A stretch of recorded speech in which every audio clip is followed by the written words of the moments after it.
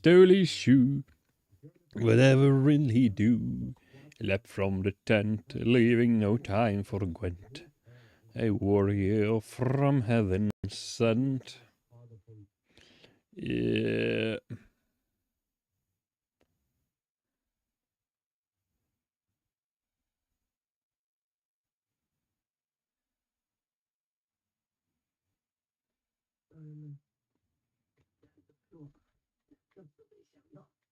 Guys, I really didn't expect this. It's influenza B. At first, I thought it was COVID. The blogger who posted the video could barely speak, struggling to get these words out in a hoarse voice. One user commented, "Who could be more unlucky than me? I got flu B at the same time as my period. My throat hurts badly. I cough nonstop at night, and I've been hoarse for days. It's been 8 days, and my throat still hurts." 把口罩戴好吧，家人们。 Guys, wear your masks properly. Have you ever seen the news? The influenza positivity rate has been rising for several days in a row, and it's higher in the north than in the south. Look at the weather right now. 3 days cold, 2 days hot. That's not normal. Also, flu B hasn't passed yet, and bird flu is already here. And it spreads through respiratory droplets as well. We just have to get through this. Recently, a large crowd of Chinese users have uploaded videos showing that hospitals are now overcrowded. Corridors are packed with people sitting everywhere. Lines are so long that people feel suffocated, and some have even fainted after arguments. Respiratory outbreaks in China have once again drawn attention. Official monitoring shows that influenza positivity rate has risen for 3 consecutive weeks. At the same time, reports of a mutation-like shift in COVID circulating online have made the overall epidemic situation a hot topic. Many people say that this wave not only brings stronger symptoms, but also feels worse than past COVID infections. Medical experts also point out that multiple viruses are circulating at the same time, increasing the risk of severe illness. Data released by the China Center for Disease Control and Prevention from sentinel surveillance of acute respiratory infectious diseases shows that the dominant strain has now shifted from influenza A to influenza B. The positivity rate is generally higher in northern regions than in the south, with the highest infection rates among those aged 5 to 14. Meanwhile, images circulating online show hospitals and funeral homes crowded in many areas, with claims of waiting in line for cremation. Some Chinese doctors have shared observations online, sharing that this wave may be caused by co-infection of multiple viruses. Clinical symptoms vary widely and cover almost all common cold manifestations. However, patients generally report more intense fevers, longer duration, and an overall prolonged course of illness. The likelihood of severe complications has also increased, including pneumonia, white lung, as well as conditions such as otitis media, meningitis, and myelitis. A doctor from Hunan said, "In recent years, viruses have been mutating faster. Different viruses may interact with each other, making infections more complex. It is now common to see co-infection with influenza A and B. Even meningitis, which used to be more common with type A, is now appearing with type B." Many people have also shared their own experiences online, saying that this wave comes with more severe symptoms. A woman in Hangzhou said that almost everyone around her had cold-like symptoms. She herself suffered from multiple headaches and even lost the ability to speak at one point. Only after multiple hospital visits and IV treatments did her condition improve slightly. In addition, a frontline manager at a pig farm in Henan believes that viruses remaining in the body long-term have become common. When seasons change and temperatures fluctuate, symptoms are easily triggered. He said that each time he catches a cold, it takes more than a month to recover, with a noticeably longer recovery period. According to a report by the BBC, a new COVID-19 variant called the cicada virus has been recently detected in places such as Hong Kong. BA.3.2 is a subvariant of the Omicron lineage and was first identified in South Africa in November 2024. However, it did not spread rapidly in the early stage and remained at a low level of activity for a period of time. Because of this, it was likened to a cicada lying dormant. It was not until after September 2025 that the number of reported cases worldwide began to increase significantly. The variant has now appeared in at least 23 countries and regions, including the United States, Hong Kong, Mozambique, and the United Kingdom. The World Health Organization has placed this variant on its monitoring list, meaning it is considered a virus type of potential concern. Relevant authorities are continuing to collect data and conduct research to assess whether it may have had an impact on global public health. It is worth noting that Beijing has not disclosed this sensitive information to the public. Instead, it has continued its usual approach of concealing the outbreak and restricting the flow of information. As the situation develops, the truth is gradually coming to light. First, take a look at the following footage. 现在是凌晨12点半。 It's now 12:30 in the morning. I had just fallen asleep and was still half awake when a call came in. I had no choice but to get up, get dressed, and go to work. Many people ask what kind of job requires me to get up in the middle of the night. Let me tell you, my workplace is at the final stop of life, the funeral home. The staff member said that the most difficult part is receiving bodies in the middle of the night. Especially now, it is common to receive 3 in a row during the night, leaving no chance to sleep at all. One user replied, "My father was also taken to the underground parking lot of a funeral home at night. The person who received us was a young woman in her early 20s. She was wearing headphones and even a one-piece pajama suit while registering us. She was the only one there in the dark parking lot and morgue. I really admire her." This is a video uploaded by a user on April 5th, showing the parking lot of a funeral home in Qinzhou, Guangxi. The blogger said that the scene was packed with people, even busier than a shopping mall. Now look at April 15th. At a large screen at a funeral home, the list of the deceased shows ages mostly in their 20s and 30s, which is deeply alarming. Even more unsettling, the remarks column on the far right shows that more than half are marked with "no ashes requested." Users in the comment section found it hard to believe and reacted with remarks such as, "I've never heard of not wanting the ashes before.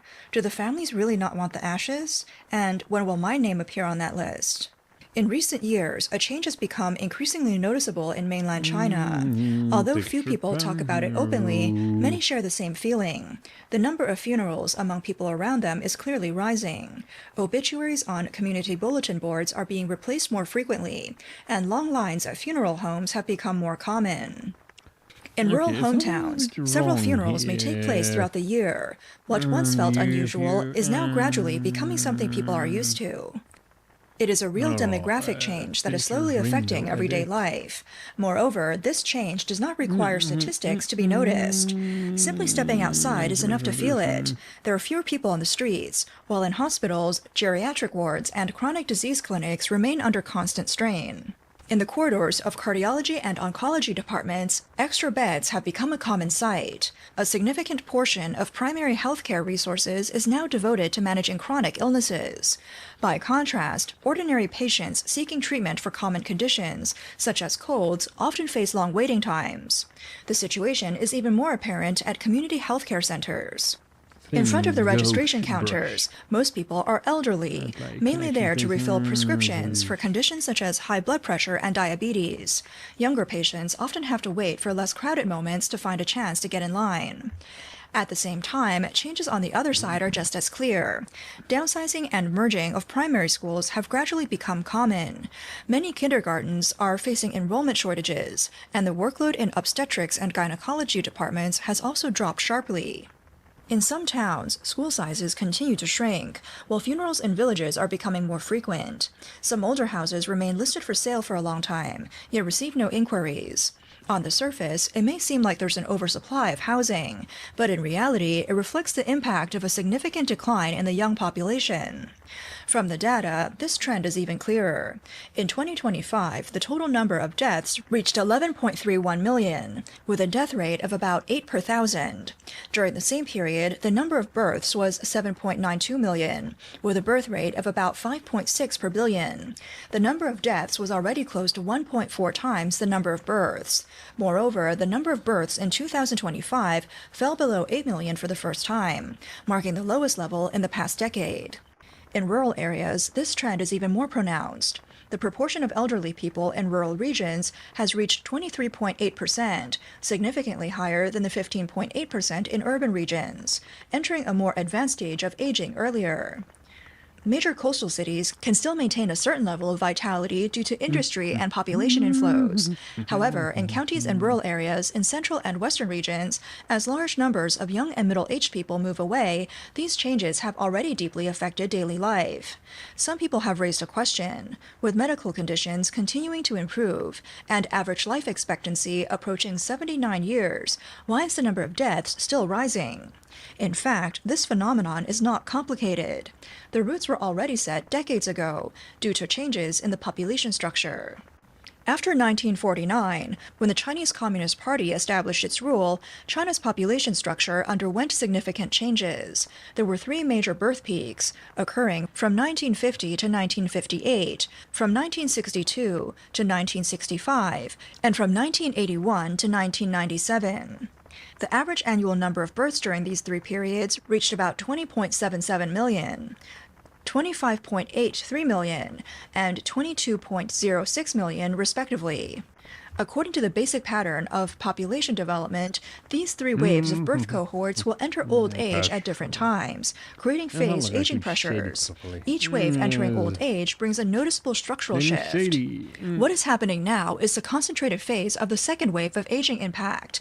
Data show that in 2025, the population aged 60 and above increased by 13.07 million compared with the previous year. Based on this timeline, this group was mainly born in the 1960s, which was a period of high birth rates. This also means that over the next decade or more than 20 million people will enter old age every year. A scale like this is rare in history, and its impact on the population structure is more pronounced. By the end of 2025, the population aged 60 and above had reached 323 million, accounting for about 23% of the total population. Among them, those aged 65 and above numbered 223 million, making up about 16%. The elderly population is already large and continues to grow. Relevant studies predict that this trend will continue. Okay, then. So China is literally just mainland China is dying off.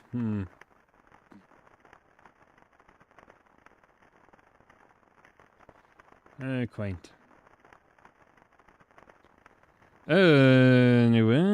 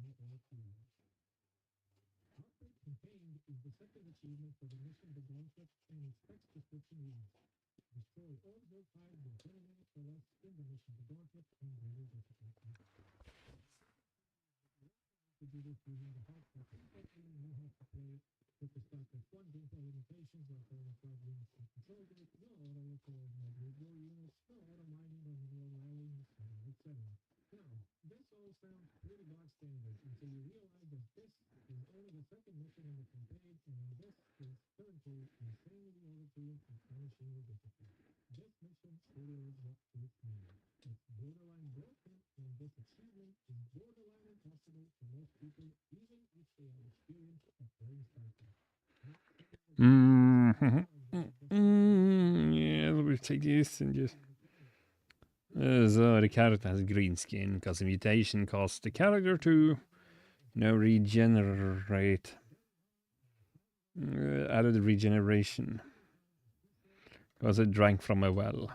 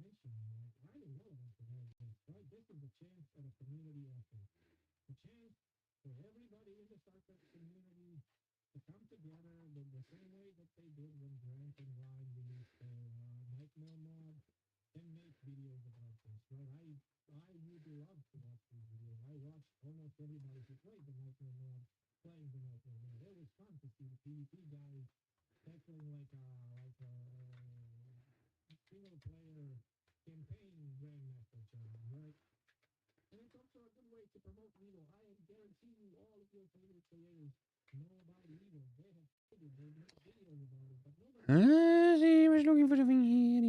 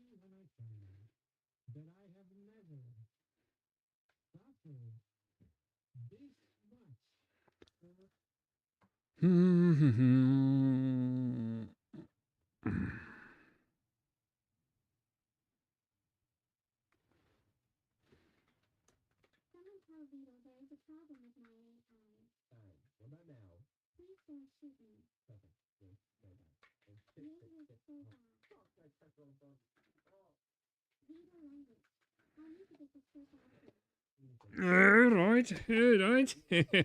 I am your Crimson Skull, and welcome to my stream.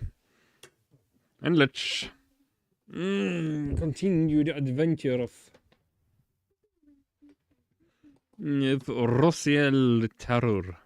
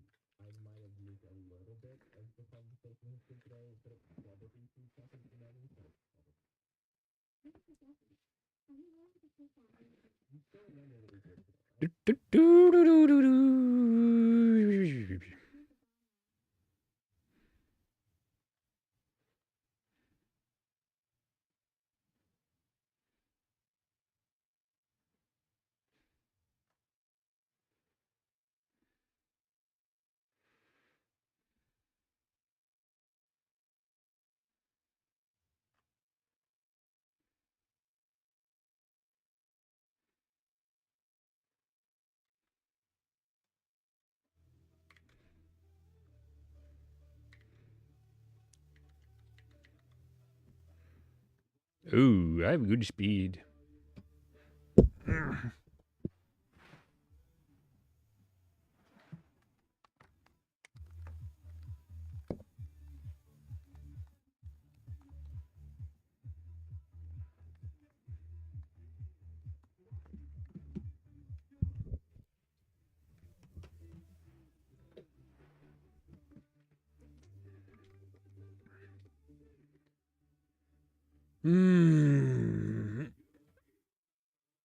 Perception, charisma, current -1 base, -4 +3. Ah, yes.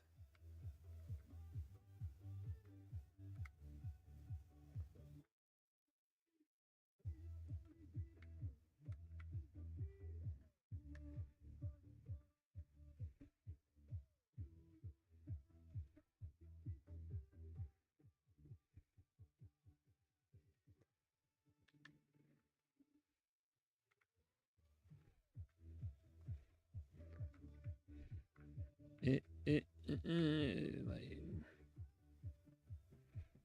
light stand.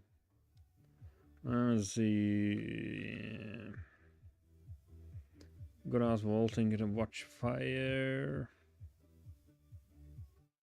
Stone cutter.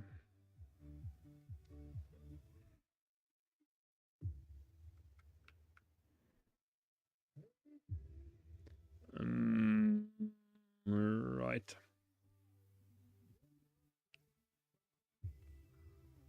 I need so many strings and whatnot. A stable bookshelf, a holy tree, practice chest, wooden door, no. What's resident bow, tinker's table, nail, loot. I need nail and string. Hmm.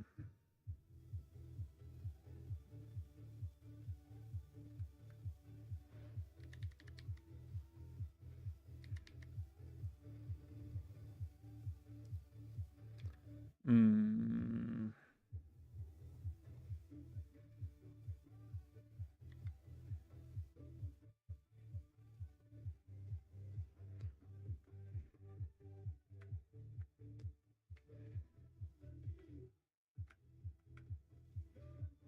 Yeah, she got temporary crazy.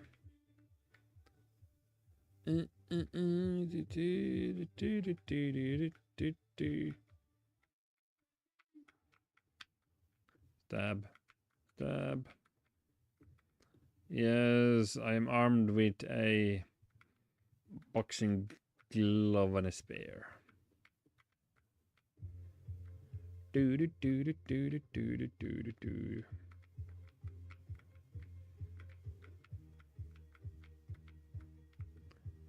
Mm-hmm.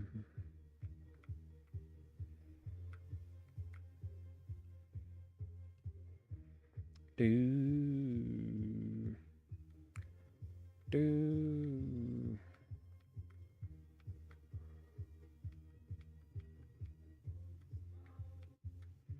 See, where is the door around here? Eh?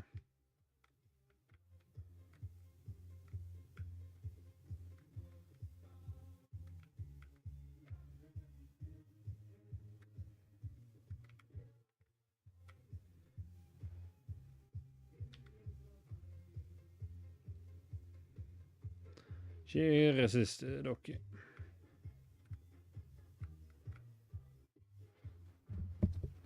Ah, right. That's one way to get better spot hidden skills. Must go, must go.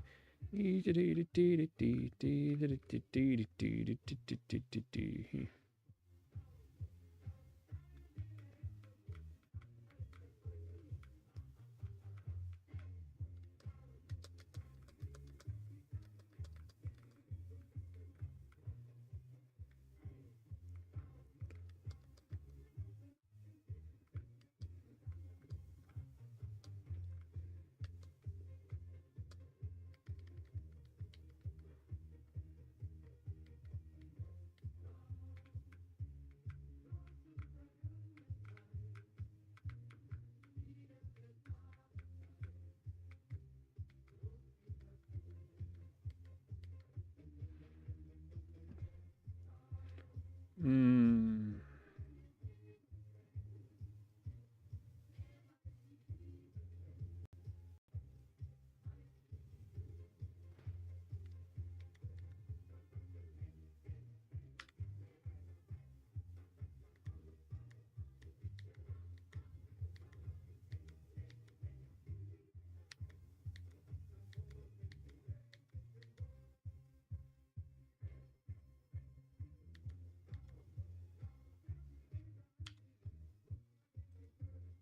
Ba, ba, ba, ba, do, do.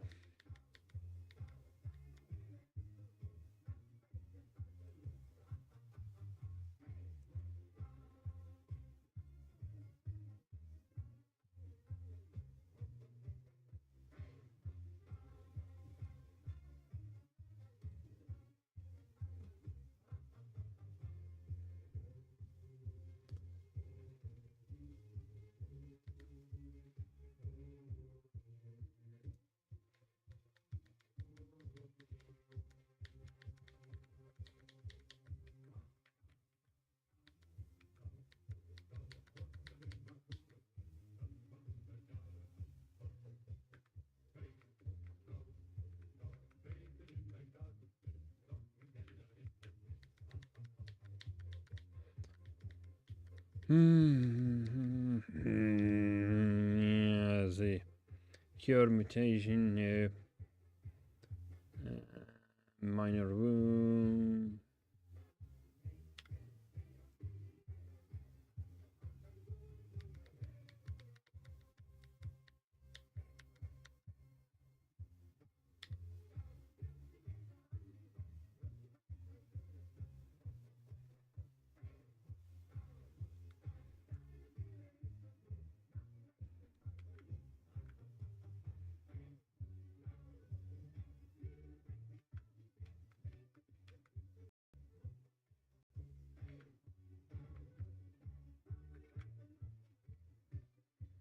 There we go. So we would just do some tactical teleportation.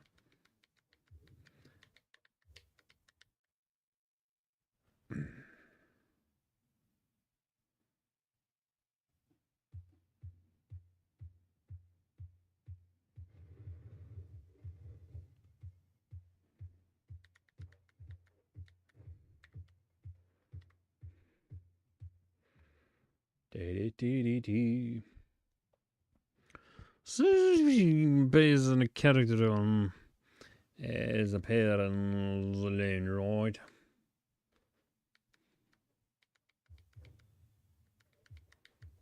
Goblin, there's a yeek.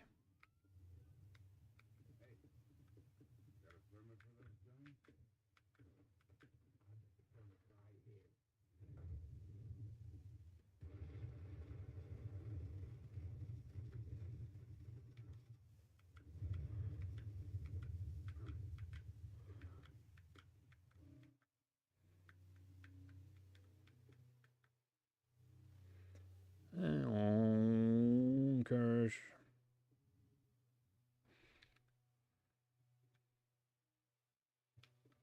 Mm.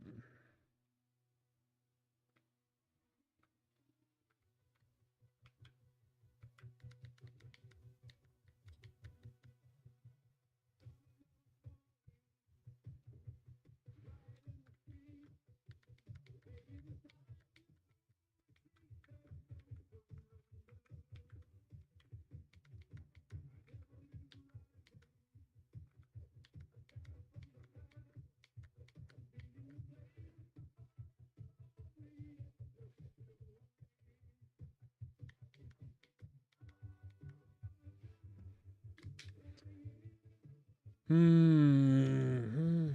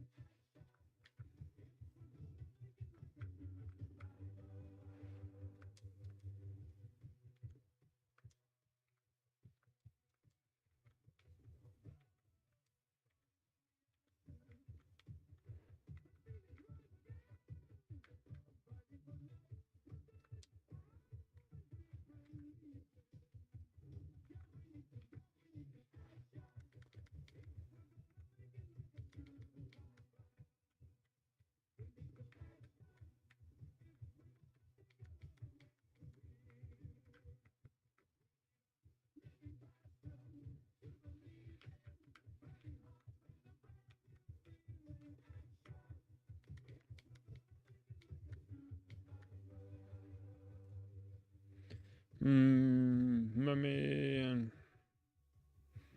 Fine.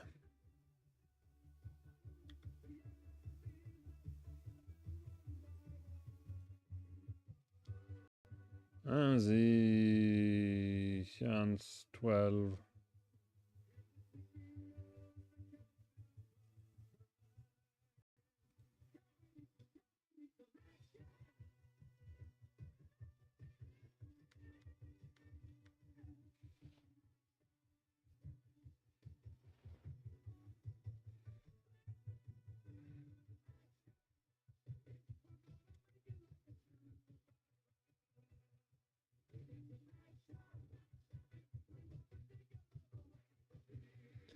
Might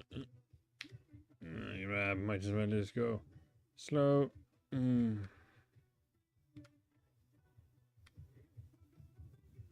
Slow.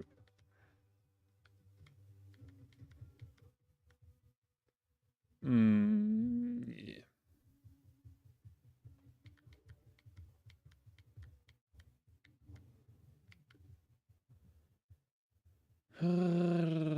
Telekinesis.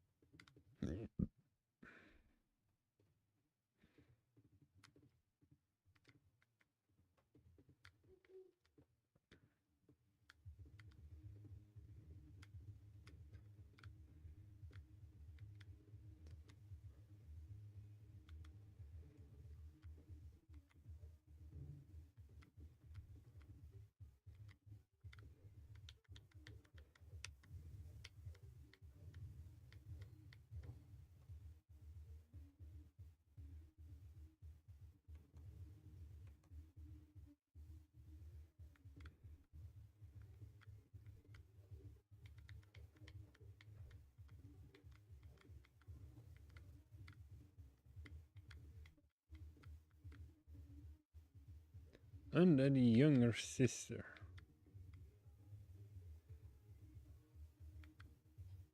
Would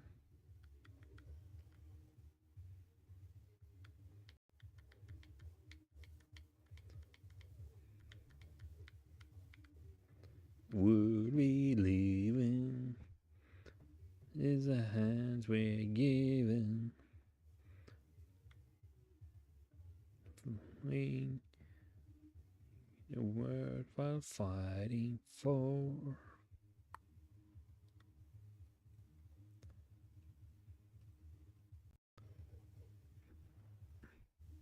But man, where are you now?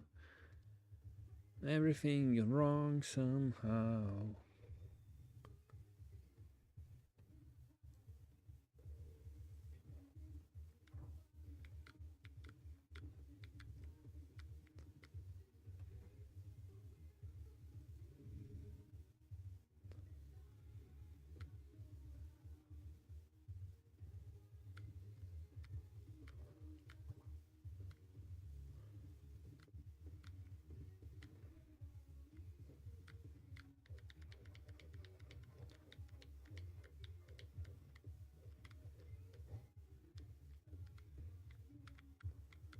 Make it one word, fighting for.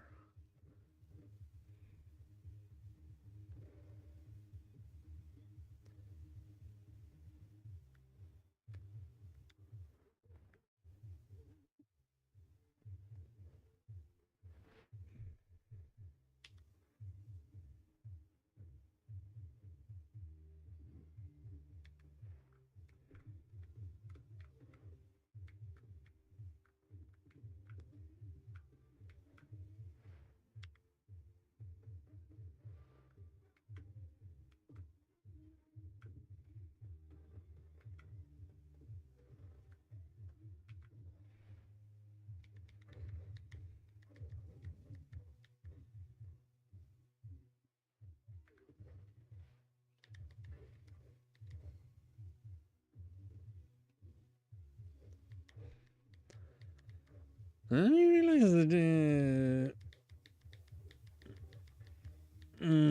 place is very much.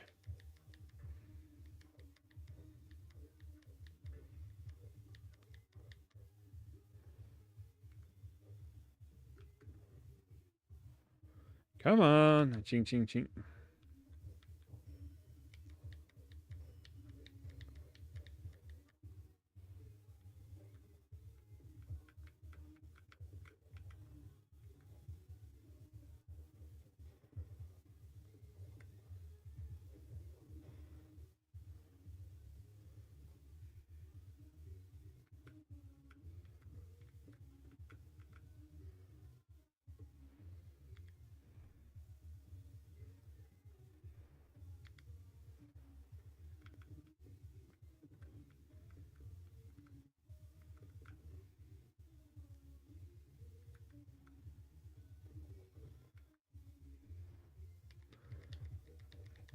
So if we just dig holes in the walls, it should be easier for...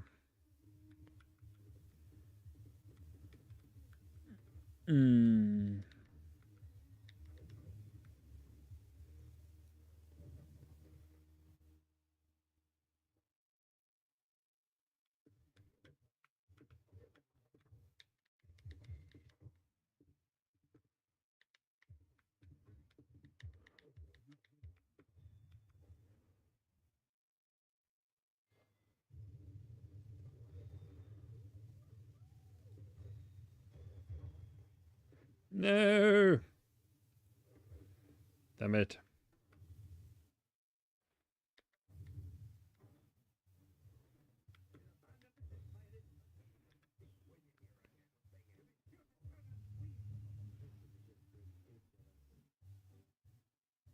You know what? Let's put on the levity. Pirate will be done for when he falls into our trap. We're a club of twofer rovers. We can sing in every clef. We can even hit the high notes. It's just too bad we're tone deaf. A pirate I was meant to be. Trim the sails and roam the sea.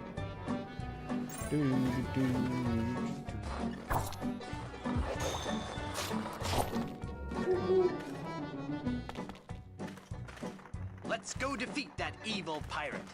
We know he's sure to lose because we know just where to fire it. We're thieving balladeers. A gang of cutthroat mugs. To fight us off, you won't need guns. Just jolly good earplugs. A pirate I was meant to be. Trim the sails and roam the sea.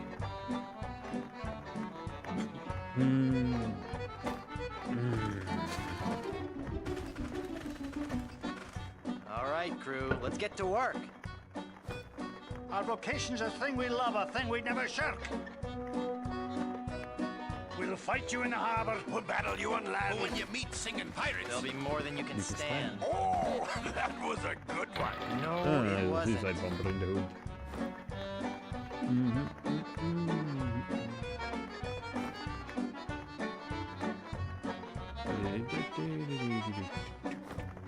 Less singing, more sailing. When we defeat our wicked foe, his ship he will be bailing. If you try to fight us, You will get a nasty whacking. if you disrespect our singing, we will beat you to a kraken. A pirate I was meant to be. Trim the sails and roam the sea.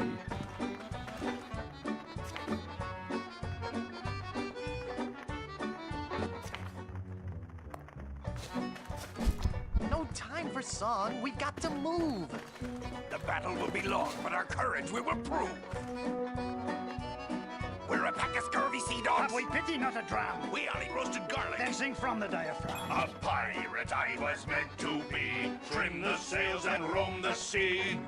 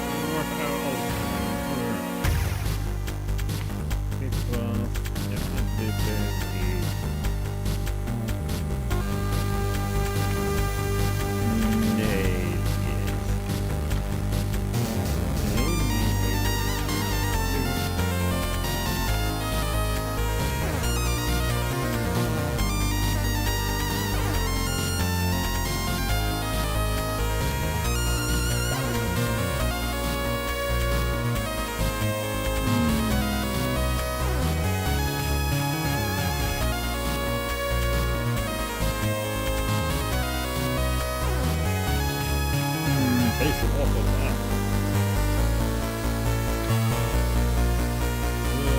Eating again is not good.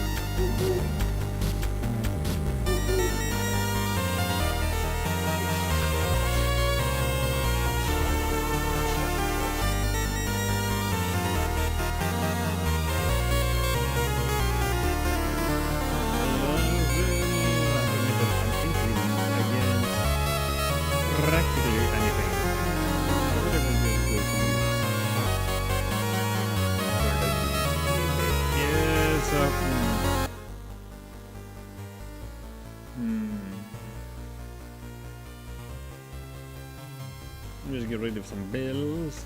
Yes. Let's see if there is a job for me. You know what I'm talking about, don't you? Yes, my dearest son is about to die of an illness. I want to take her to memorable city of Jovin.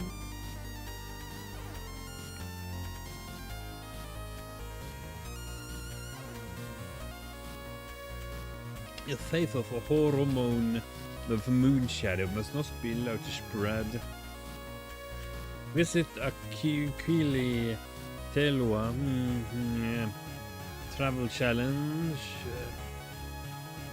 Merchant Guild believes I don't need to pay. Time to pay protection fee in tough times. Creating a charity to feed the poor. We should hand out 58 nutrition worth of food to the peasant. No,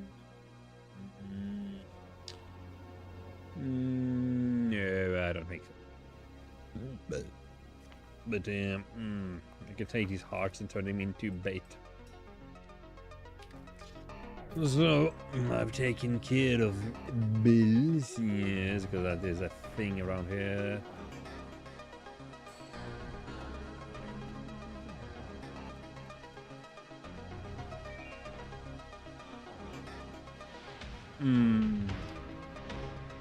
And then the little girl has respawned. Yes, so now that my partner in crime, fanatic of Ispalt of Element, year of healing, yeah. I think I'm gonna leave your crazy cult things to your own machinations, eh? Oh yeah, and of course, you're sleepy.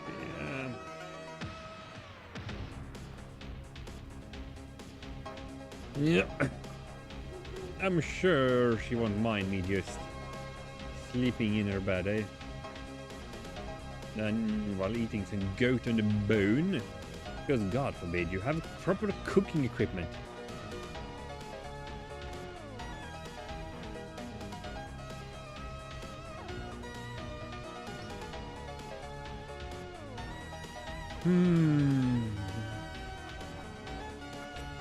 Oh, a neck guard.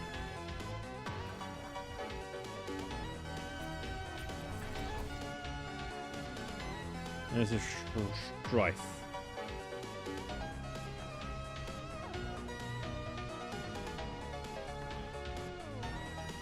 Boomerang.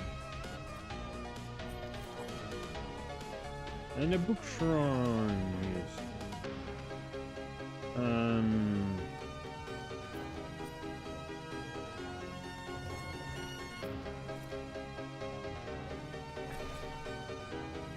Hang on, light touch.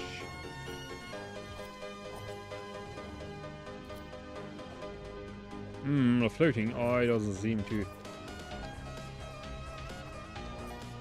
So I don't know exactly what the weakness of living armor is. Oh, oh.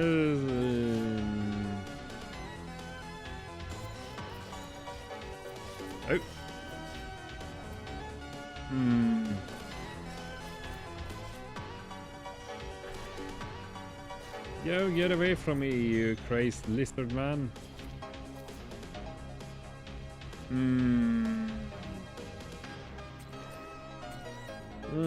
Lizards are kind of cold-blooded, aren't they?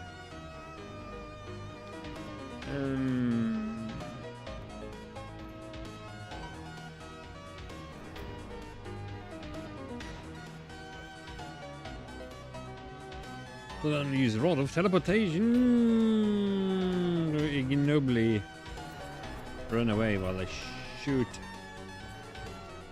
the lizard in.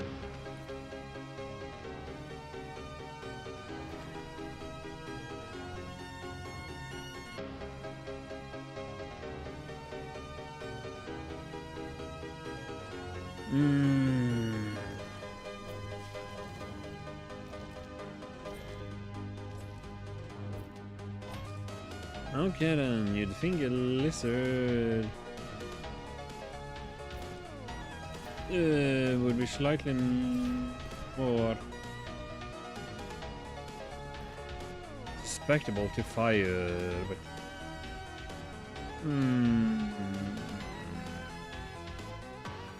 not good. Permutation, no. It's a Bush de Noël. Categorize as cake.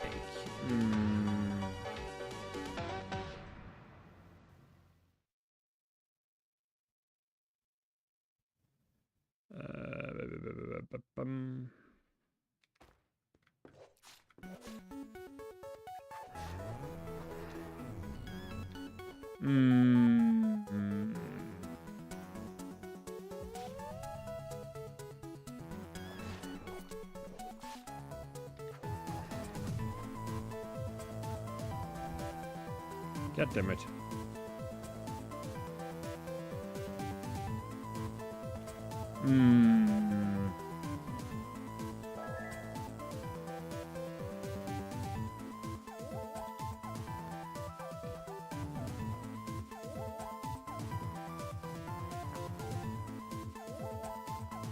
And a little girl died, and I lost my pawn. Okay.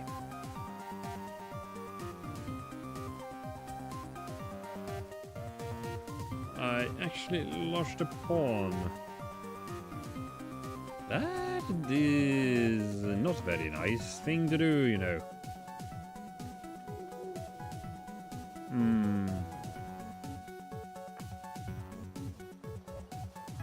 And there's a crab battle. So if we just go to the Tinker's Camp. Let's see if there's any easy jobs to do down here.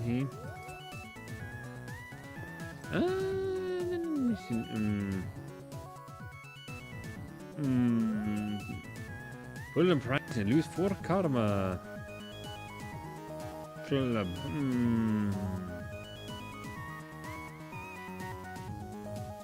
Yeah, take your sick father to Lumias. No, I will not acquiesce to that request. Now, where is the maid? The trainer? No.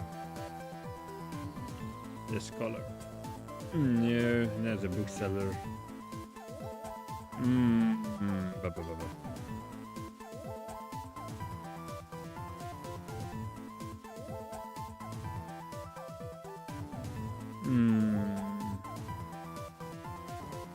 Mage, yes.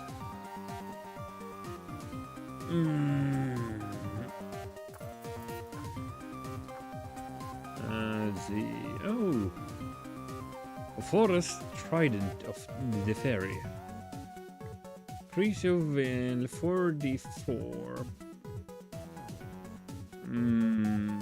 3d6.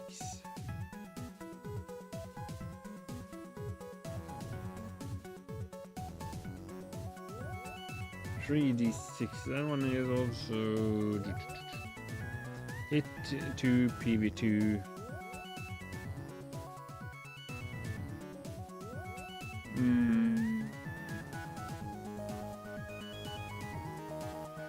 44. No. It's not good enough really for my purpose.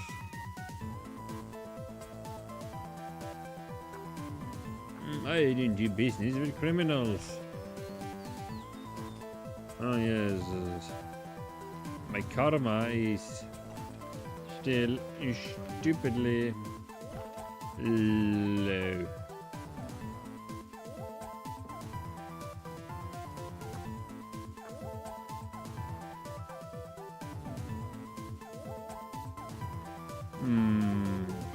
Oh shit. I can't follow the roads. The roads are guarded, aren't they?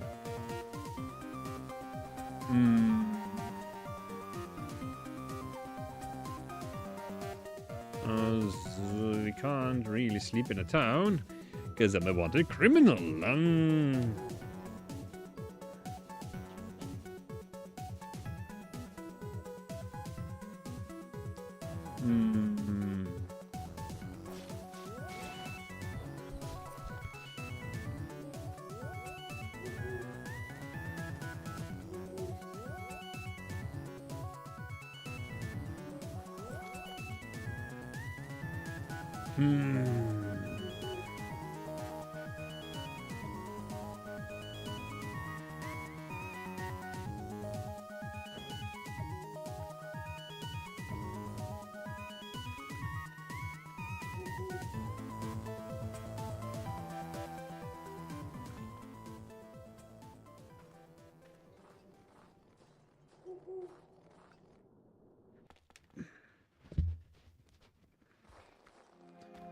Mon Dieu, det workshopere.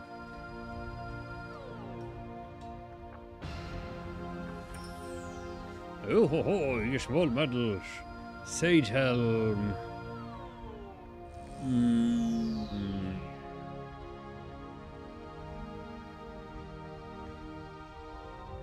Would be awesome if I had to wear it on. What is the moon? 6d6.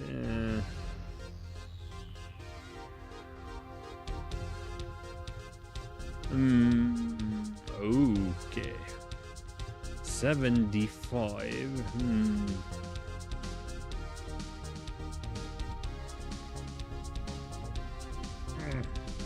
Upgrade equipment to miracle quality. Dragon bone hammer. Gun lance. It's a replica, unfortunately.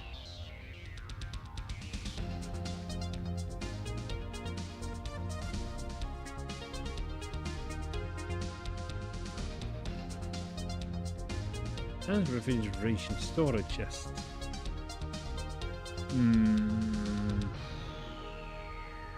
Exterminate.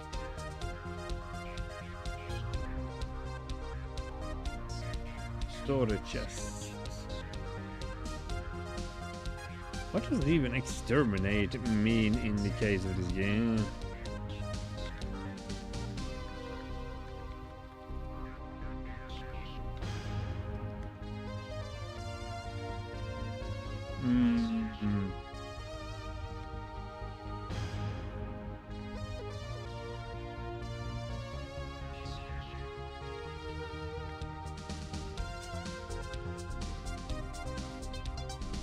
Nukes all summon splits out of existence.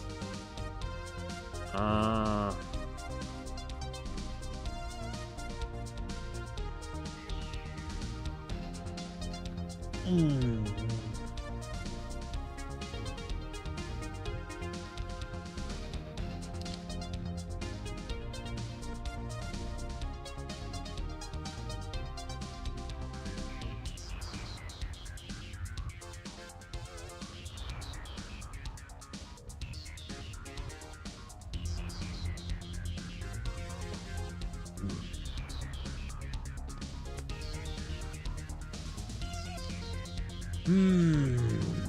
Use karma.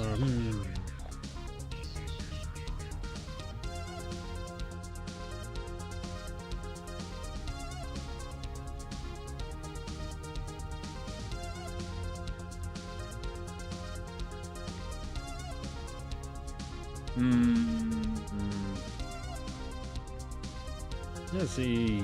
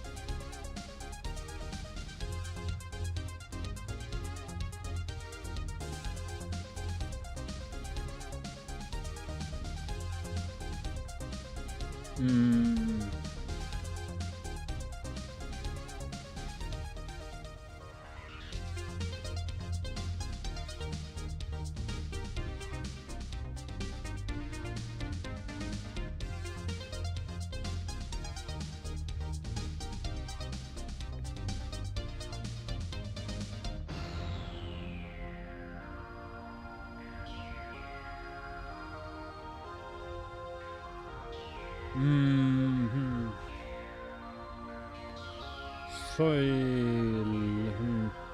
Storage chest.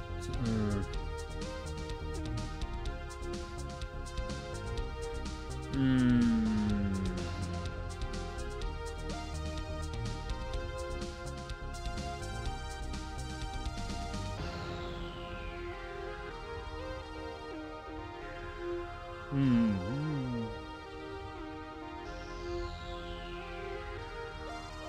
I change biome of health to water. Common storage. Electricity upgrade for tent. Capacity for the bed.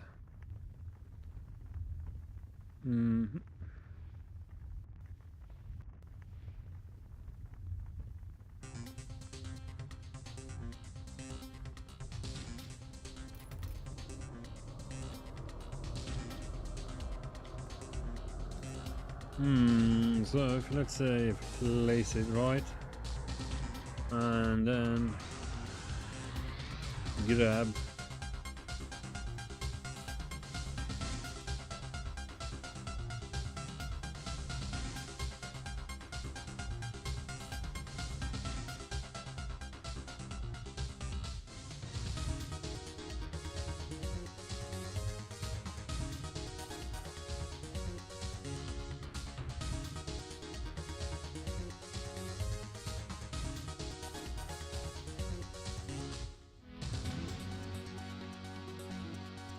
going anywhere is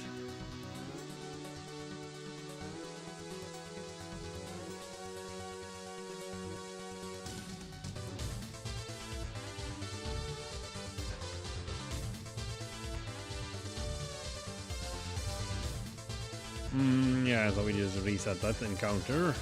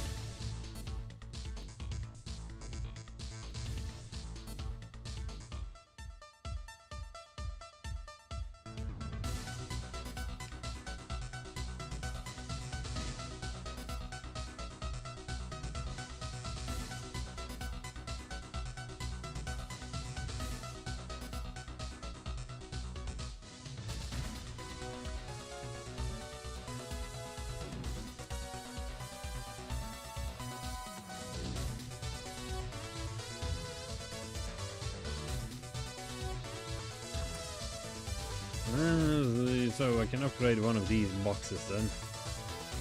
Dominance, the Spear of Moonlight.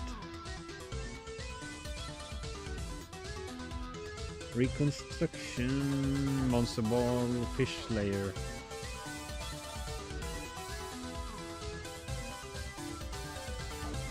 The 1d9.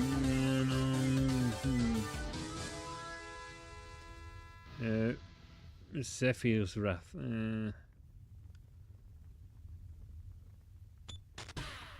Point Stick.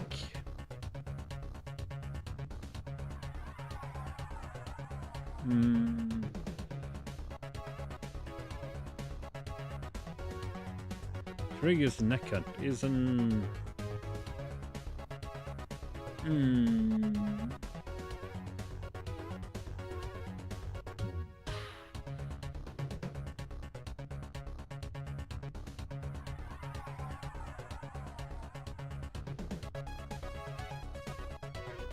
One D33 plus 0.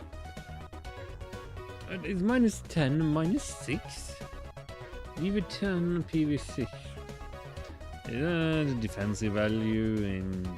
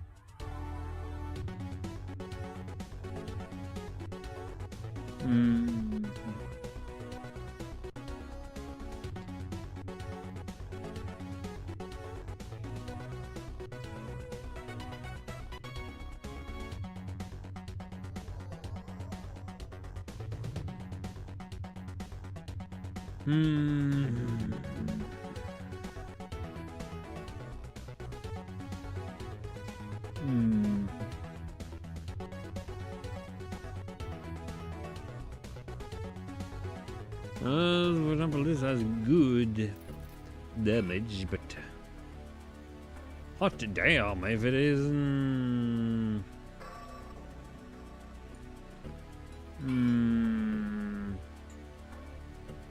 If it isn't kinda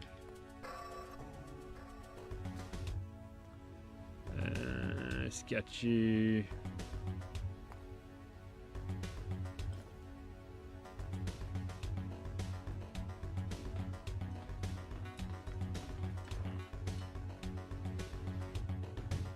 I got a cat on fame, nothing is ever gonna be the same.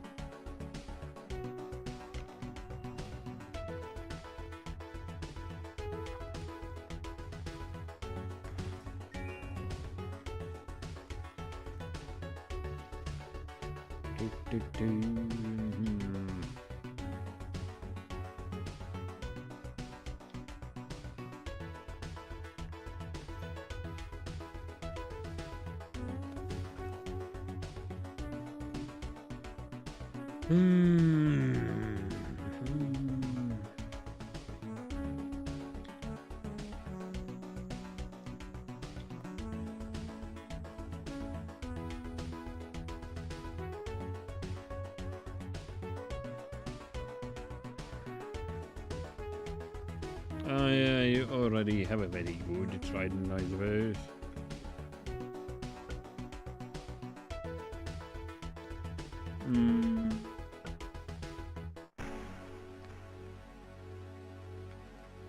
And of course, I'm gonna have to do.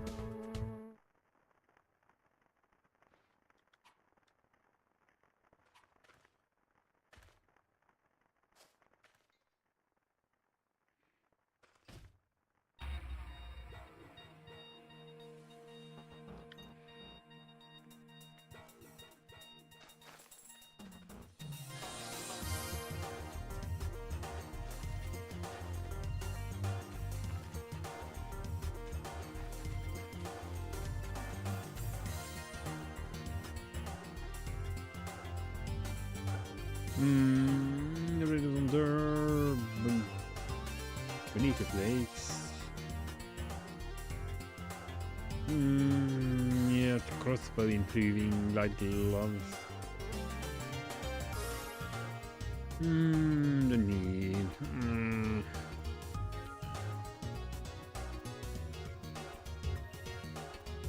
2v43 boomerang, yeah, boomerang.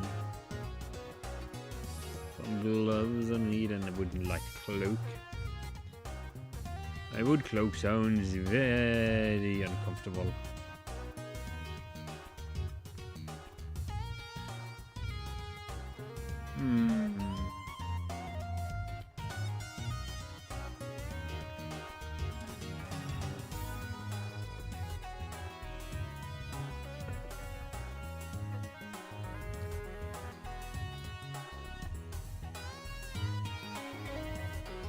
ner en rup, gras.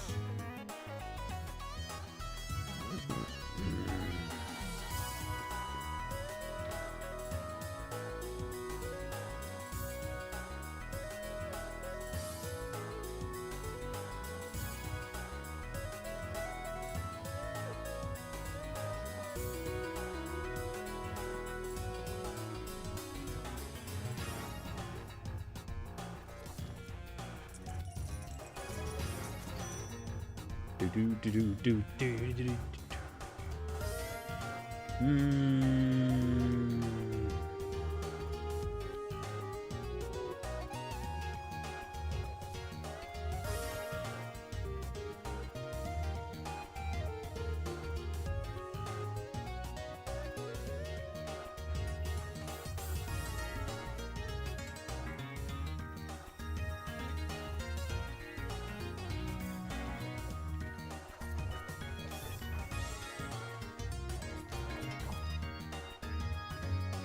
Hey, a book.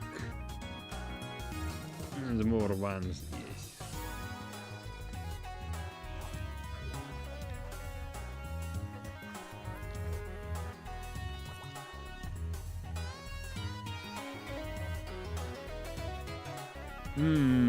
Let's avoid pissing off the Big Daddy.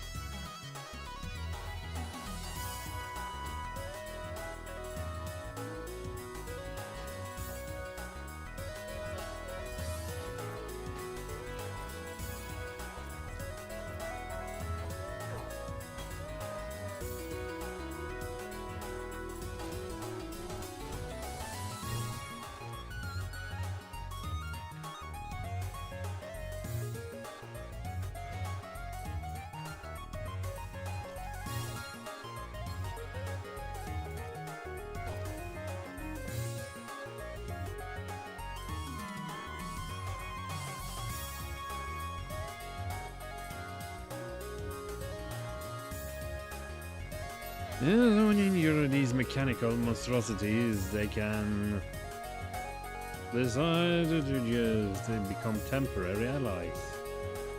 That is very cool.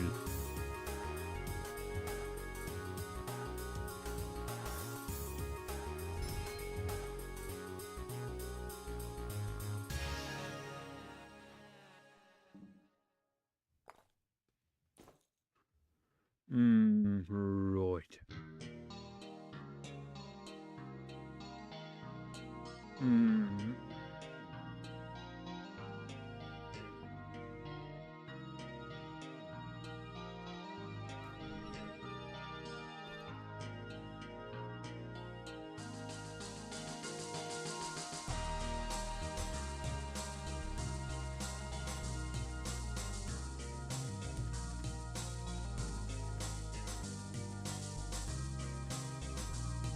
Yeah, okay. Next feat is gonna have to be to improve what I learned when spells you learn when sleeping.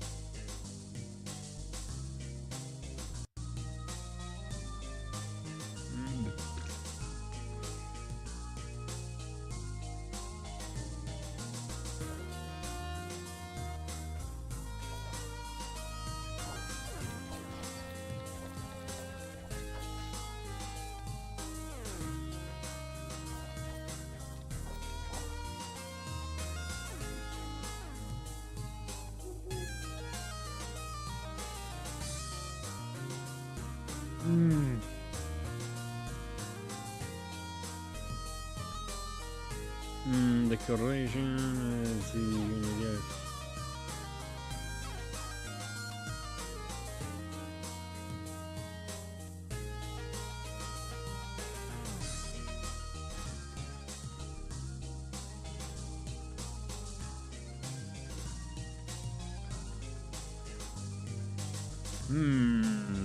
Tasty, you say?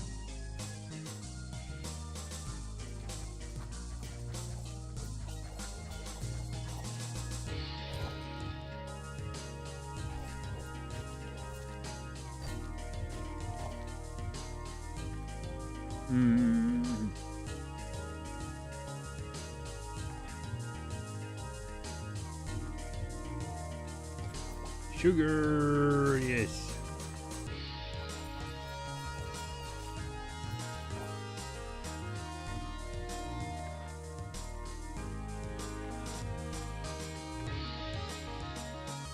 Okay, this is one of those, what I'll say, isn't it?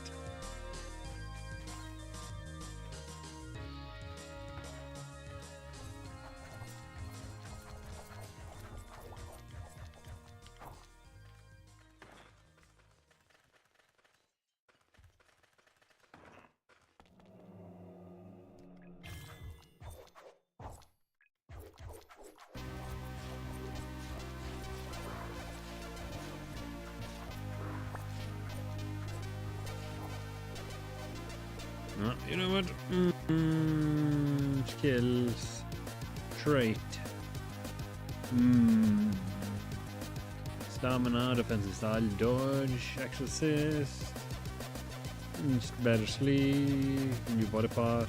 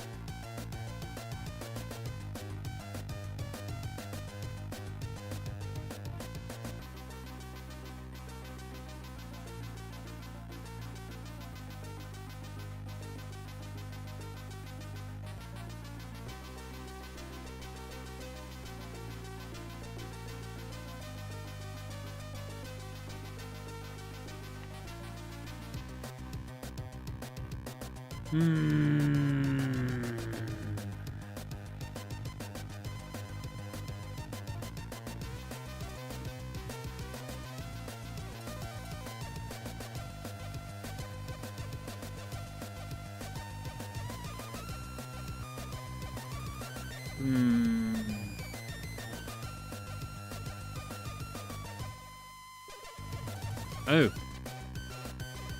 I grow a new hand. Okay then. Yeah. Haha! That's independent of the glove slot, isn't it?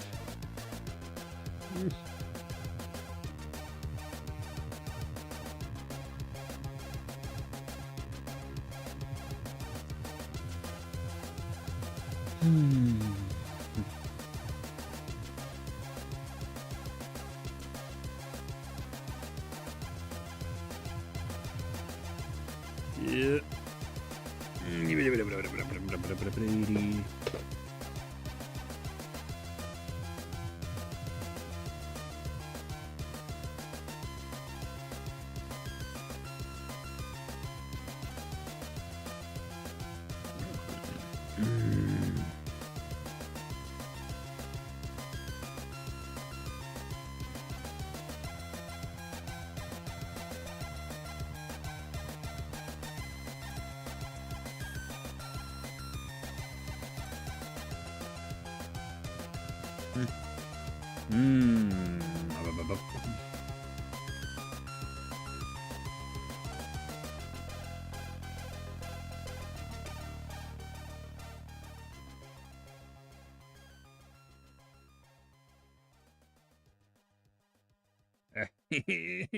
Yeah, boy.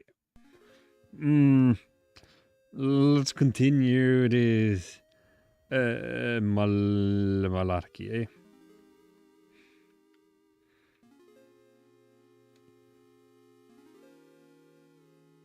Haha!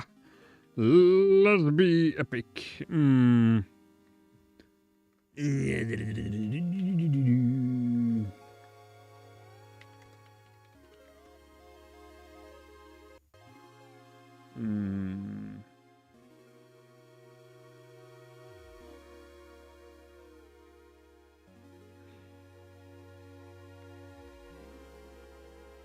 I need to look up for something here.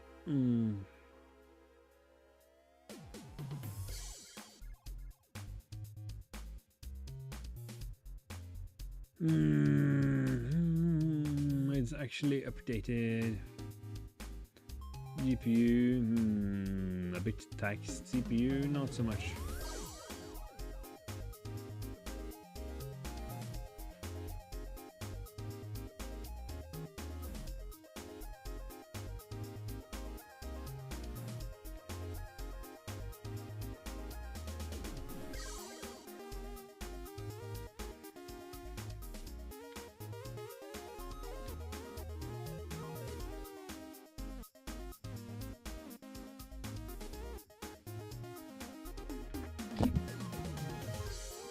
Yeah, I ain't afraid of just mixing, matching, and doing some stupid collage thing.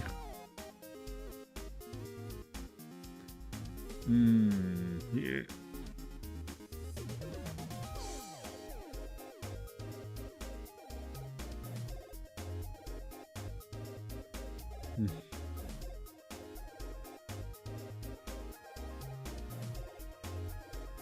Yeah.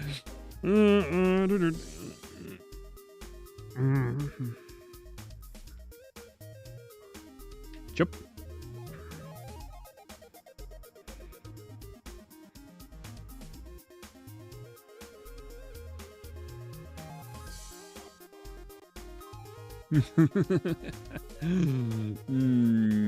Yes.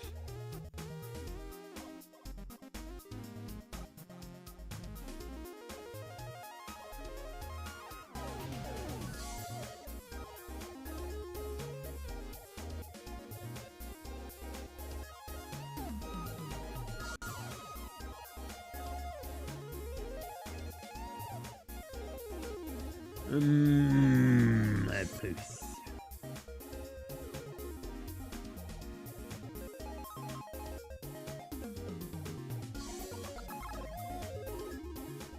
Oh, that's a nice one. Yeah.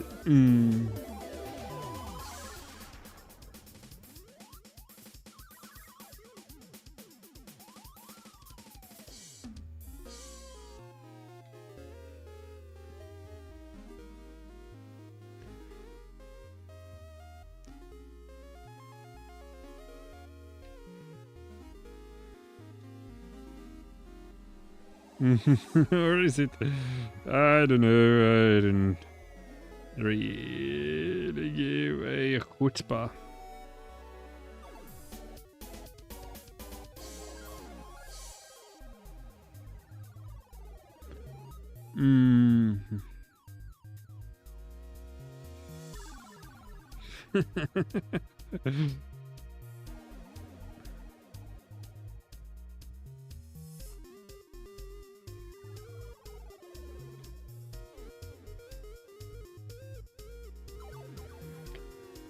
But yeah, you are without a definite shape, eh?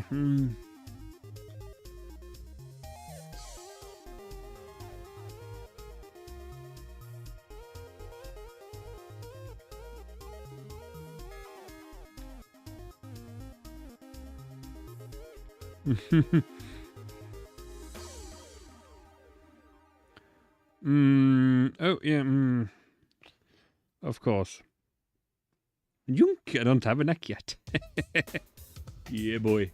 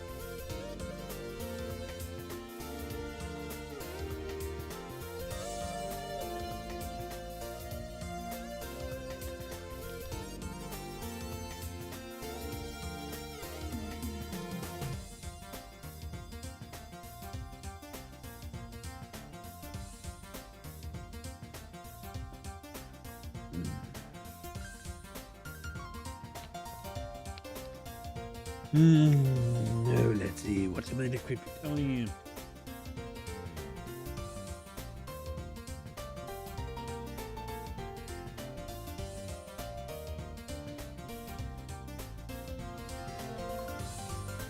Trident.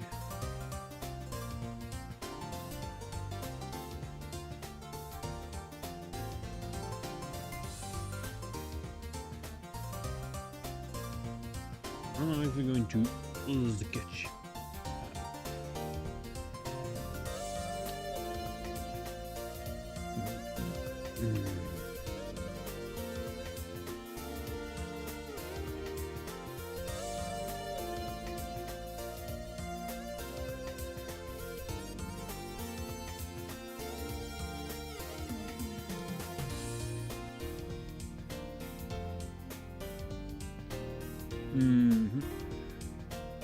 Ring.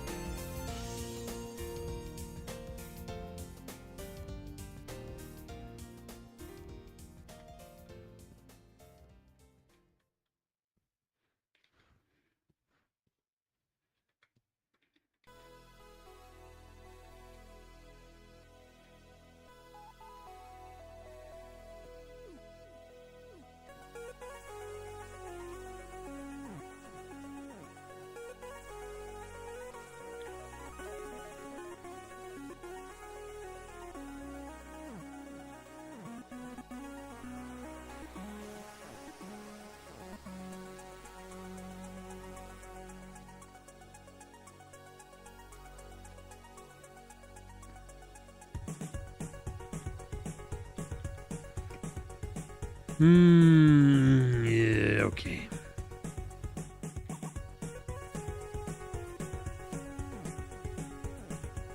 We only have a...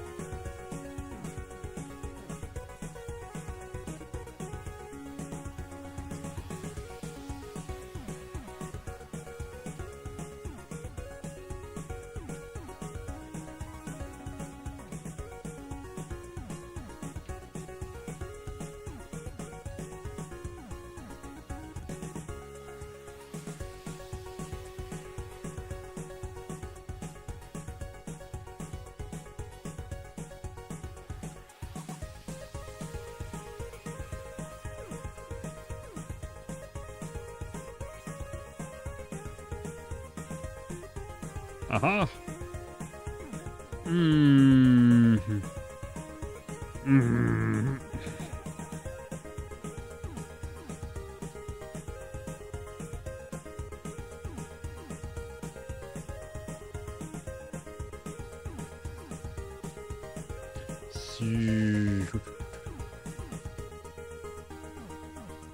Whoop.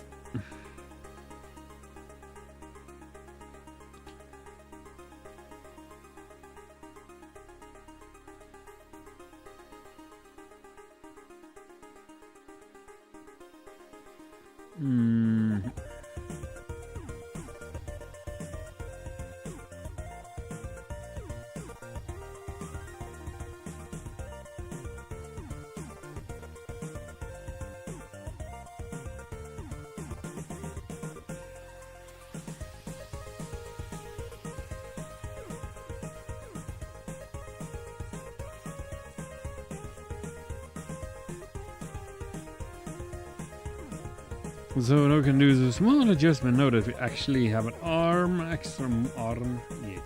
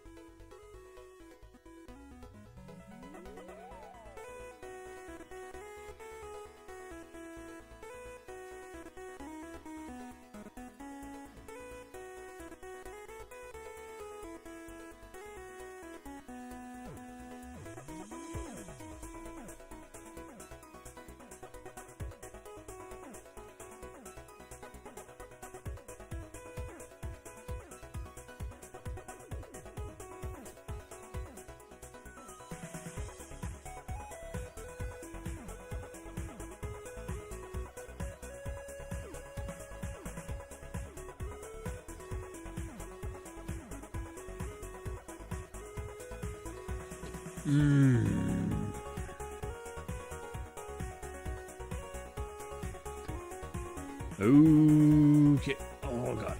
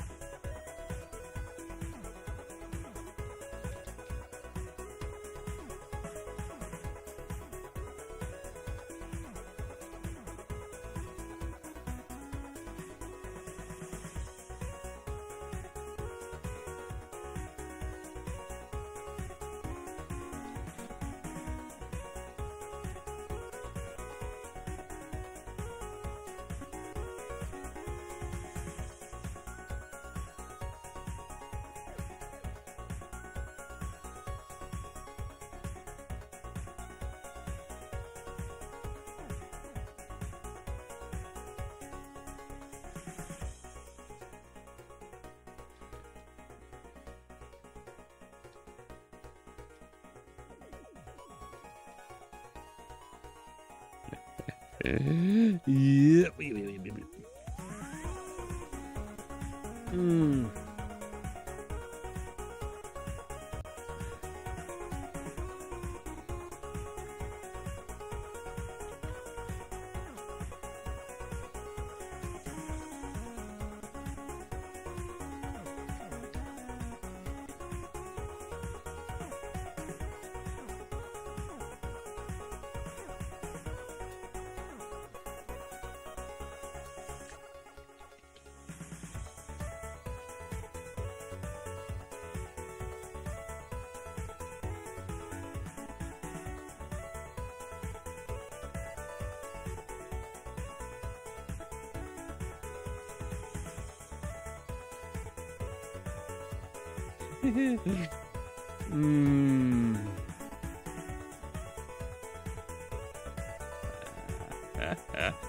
Holy shit!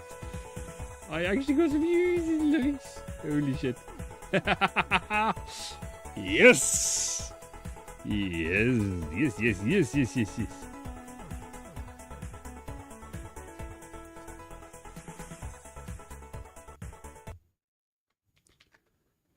Hmm.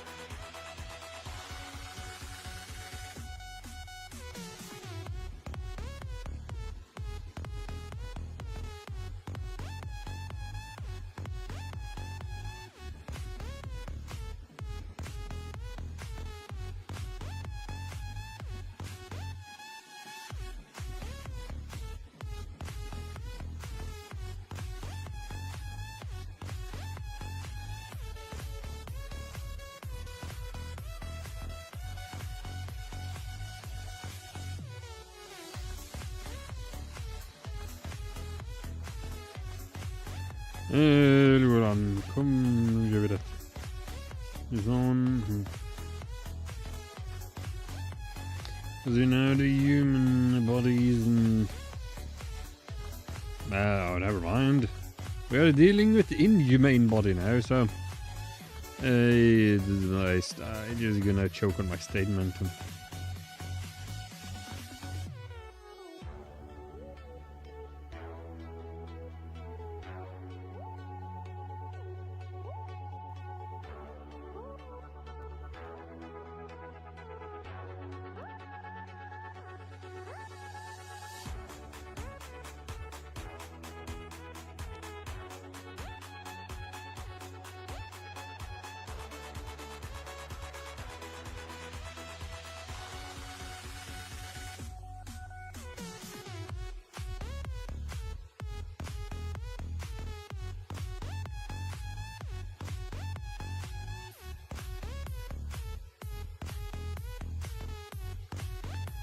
Yeah, we have to actually acquire some footwear, some legwear stuff to wear. It's something to wear on my feet.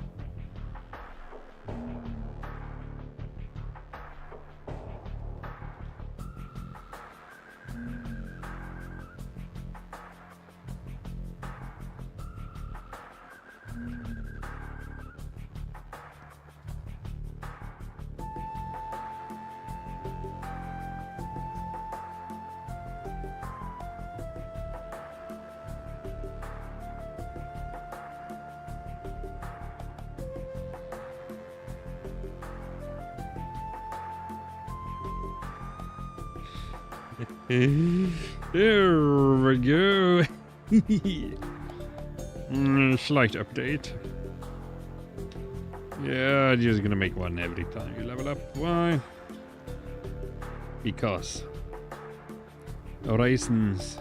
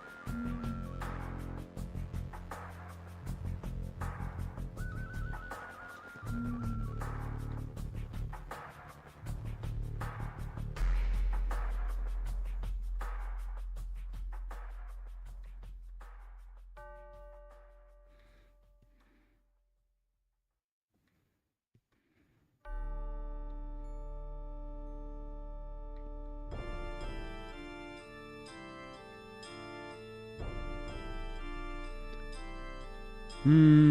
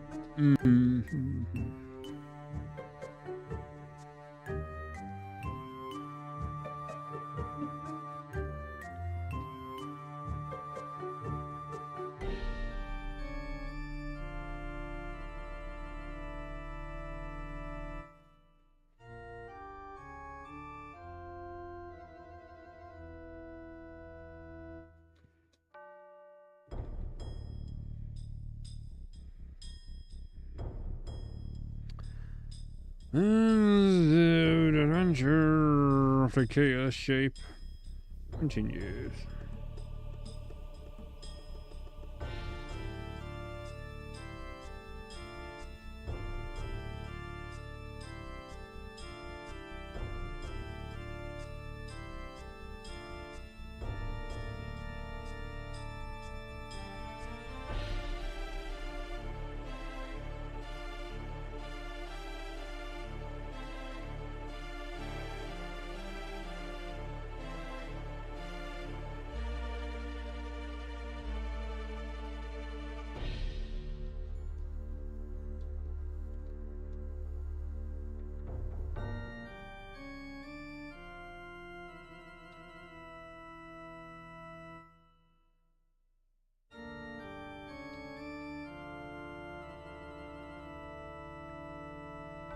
Oh, yeah.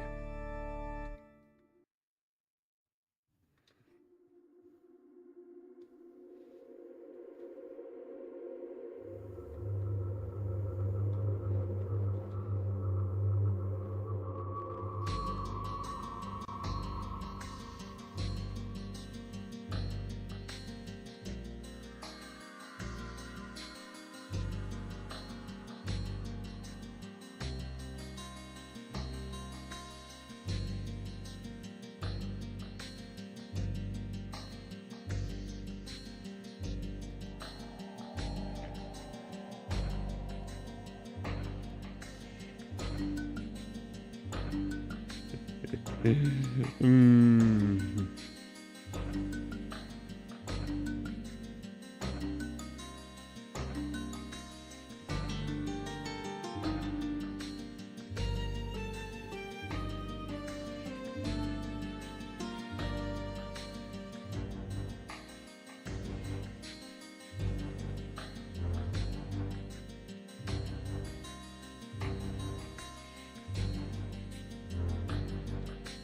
Oh, yeah.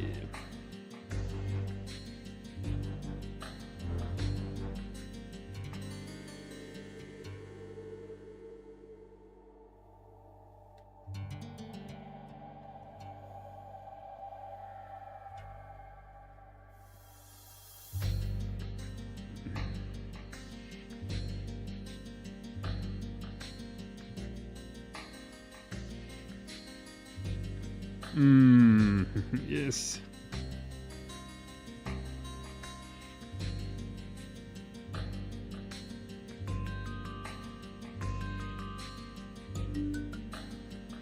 I decided I was needed a fancy way to sign stuff.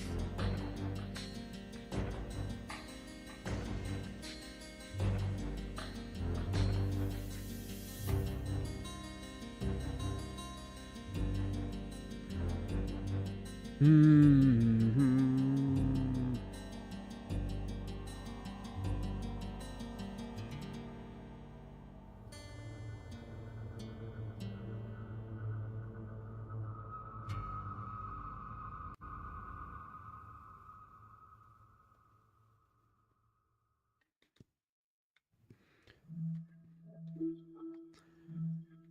Oh yeah.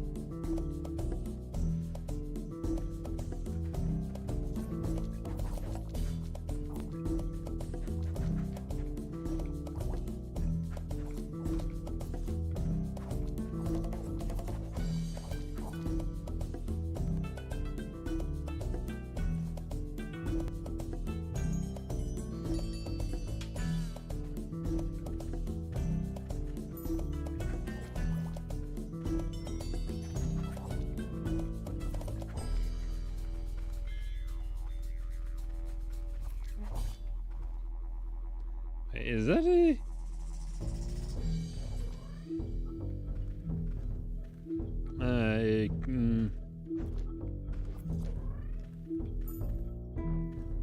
a bike-shaped cub. Yes, it is.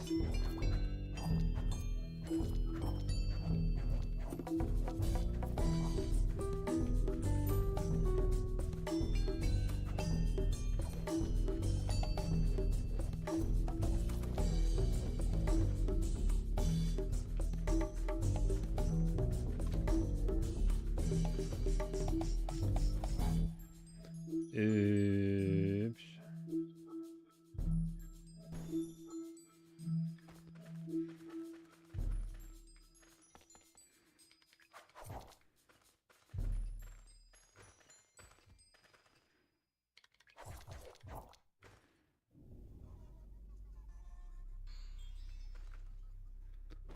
No, I just need to find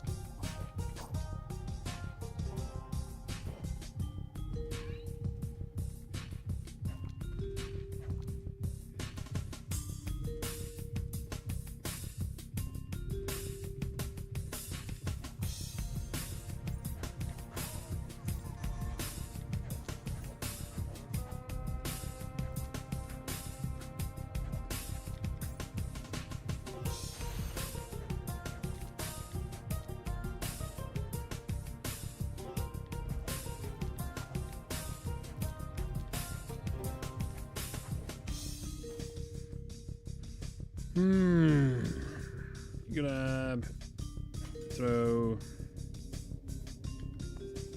grab, got some paralyzers.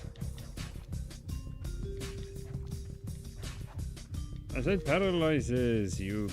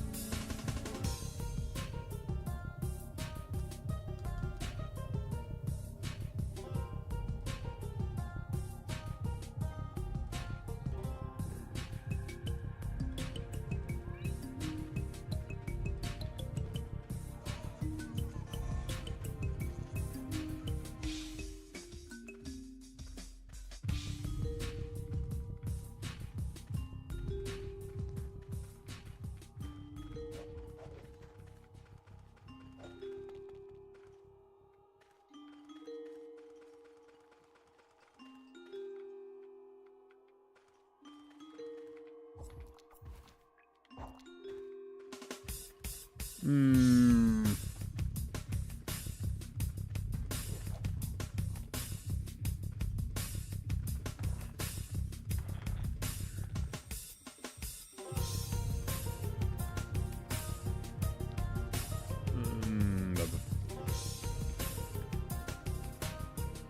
Oh yeah, without a little girl. One big problem.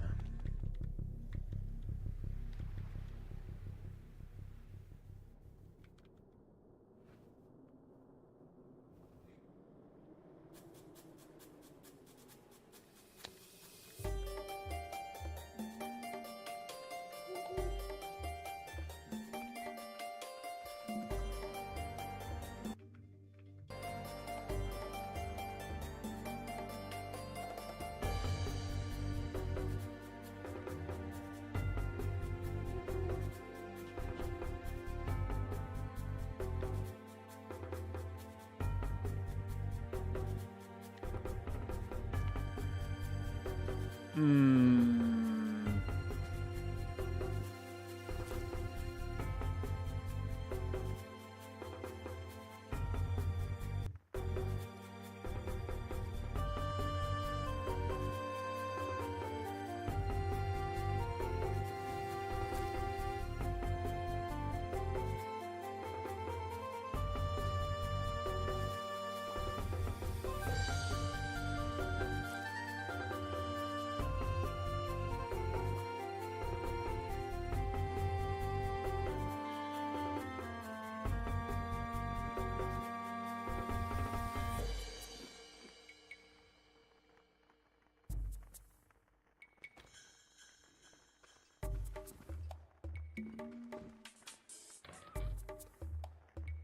Shipping, yeah, whatever.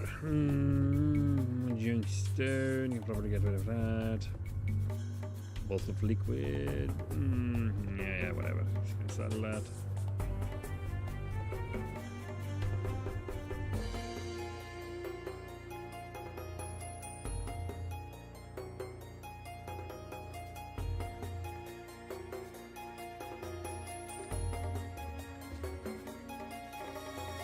Ah, great.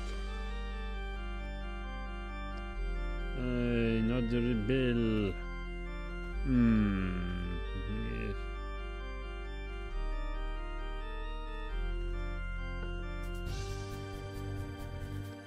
Let's see, a couple. Or soil, yeah, sure. And a battery. And a need for bathroom break and finding boots.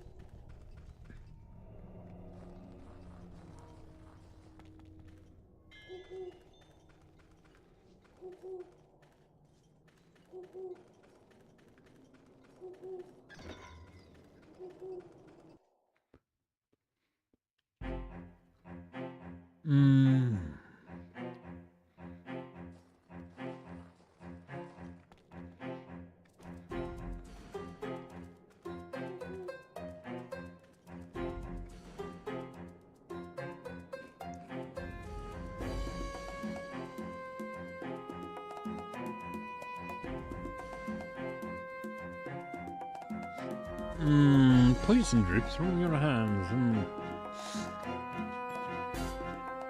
Let's see, what does that mean?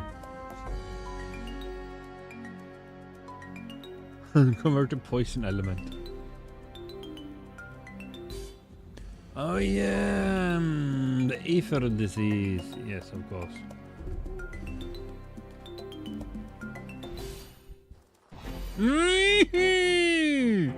You fucking assholes! You're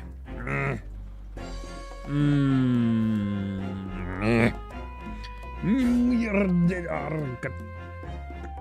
Yar. Of course. Ether disease. Yes, that's also a positive and negative thing.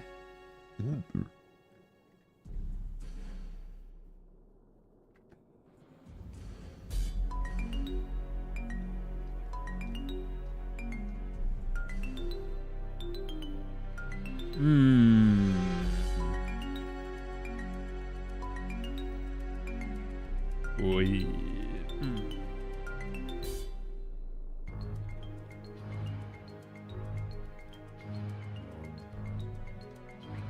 All right, but hey, let's see then.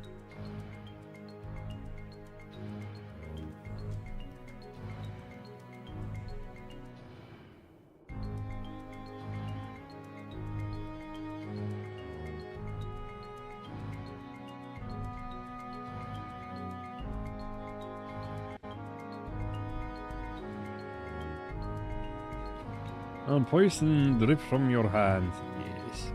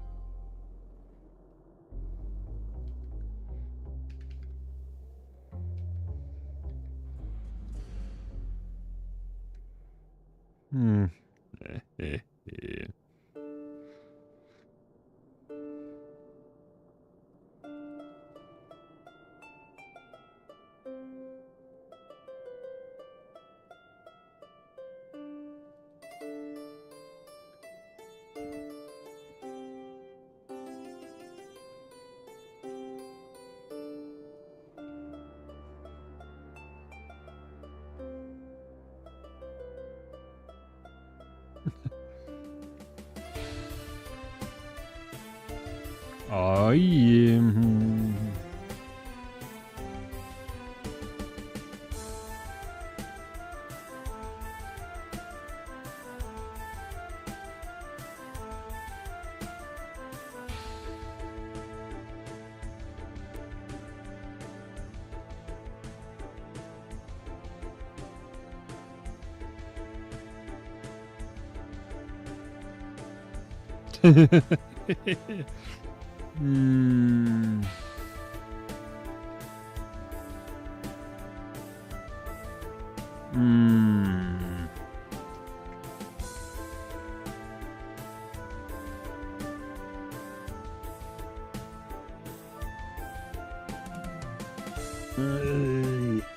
Chaos. Shape. Life. motorcycle. Yes. Hmm.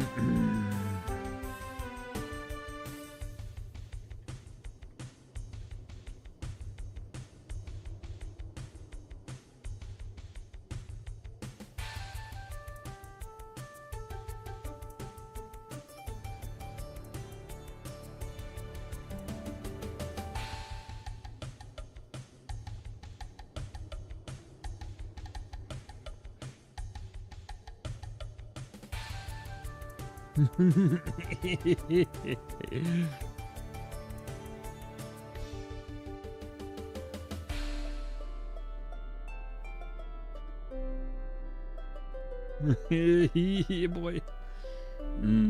Yeah.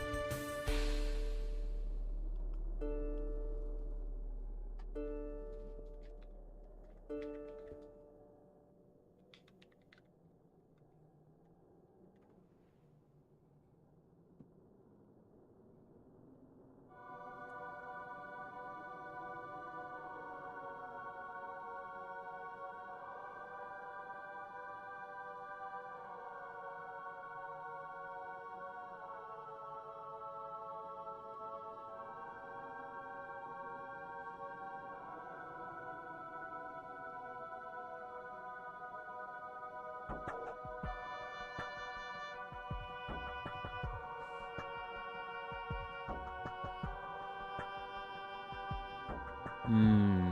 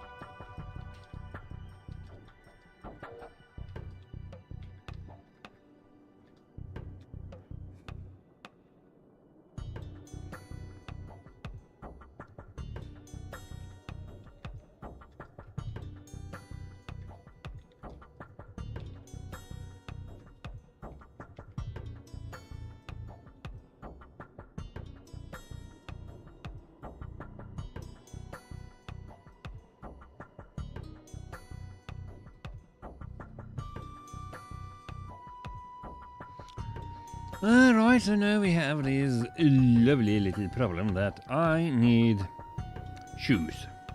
I need footwear.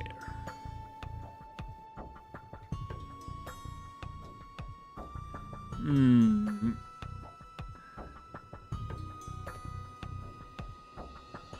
I need a pair of Nike Air's running shoes. Always running from something. Hmm.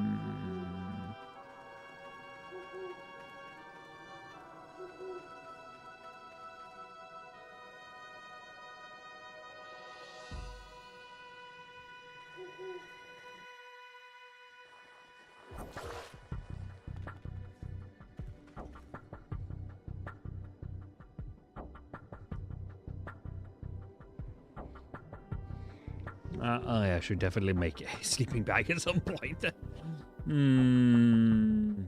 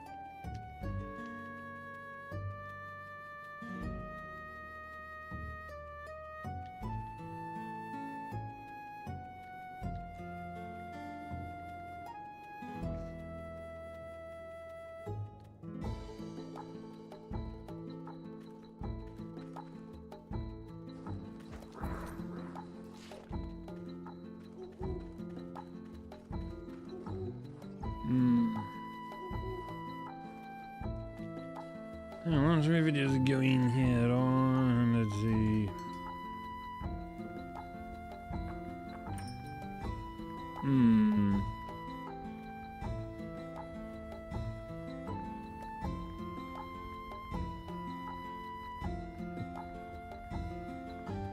Hmm.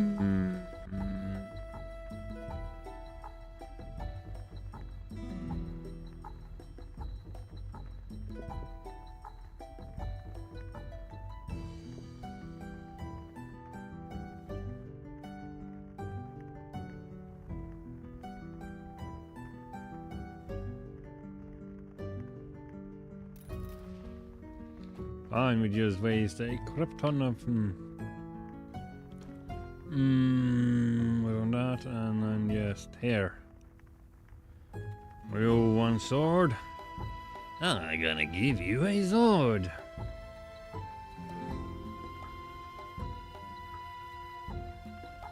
Oh, you don't want to get rid of your shoes, eh?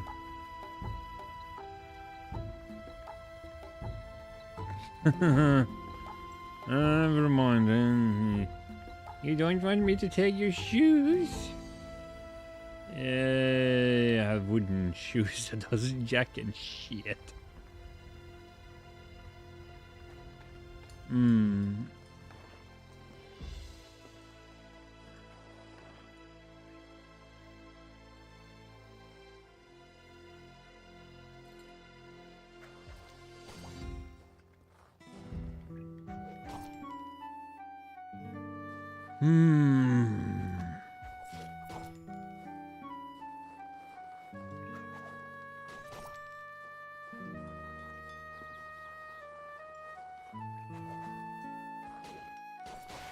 Oh shit.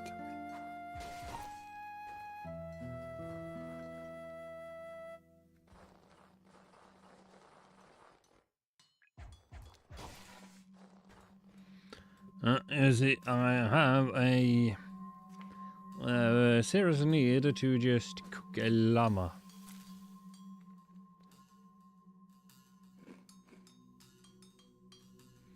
And we're just gonna take a scroll of return.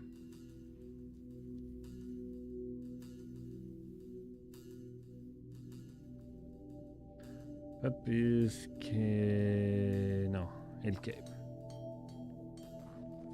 Yum.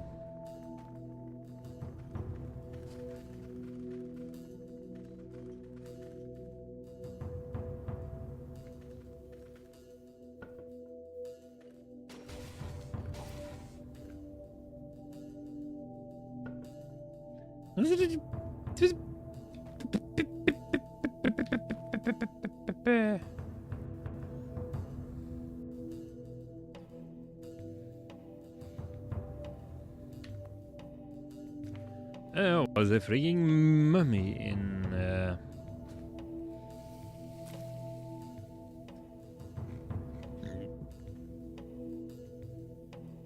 was a mummy in the box. Why is there a mummy in the box?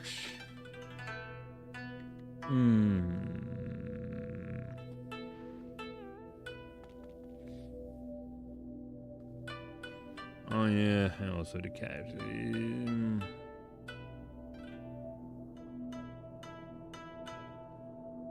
Oh, you're about to sleep. You know what? I know what I need to do. Quick crown, sleeping bag. Fiber. Skin and string.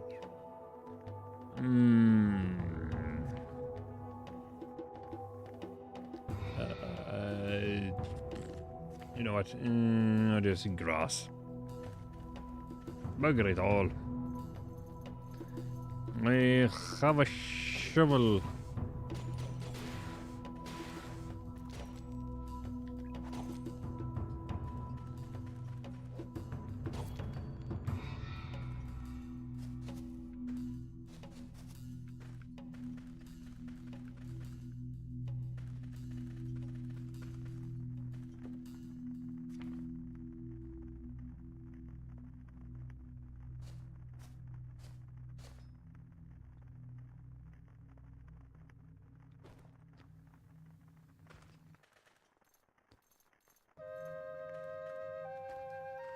Yeah,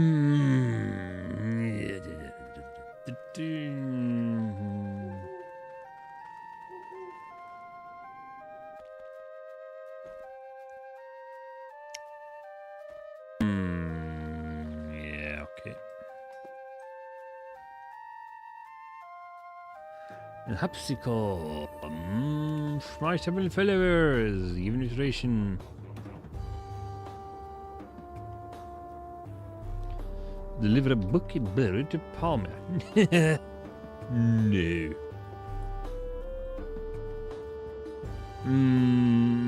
No, I think not.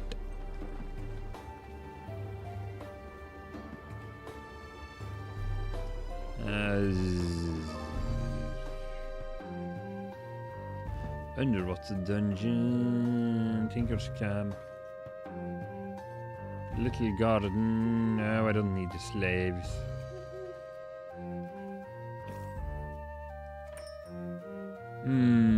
Trader, flower crown, marked up by 200. Percent.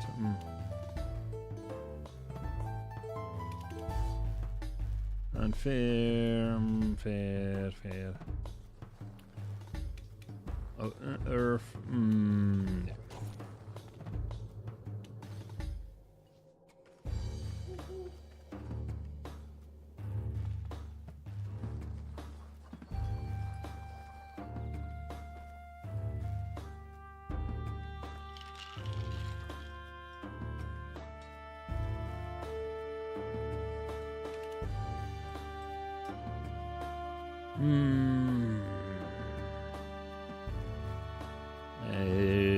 Let's see what you did. Eye of the Void have to look so attractive. Kill them. Kill 10 of them.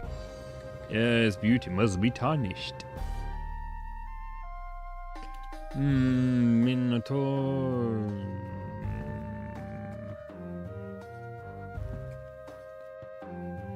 Close relative want to go to Wilhelm.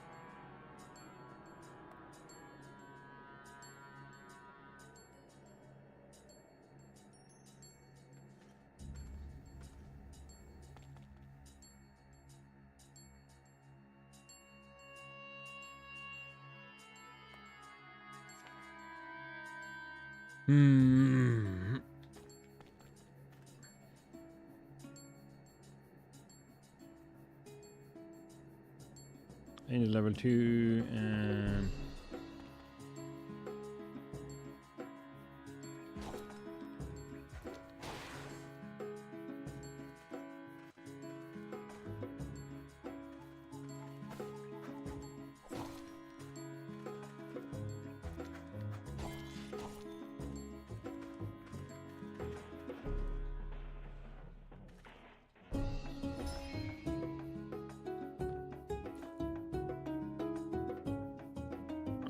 yeah, that's weapon armor. Okay.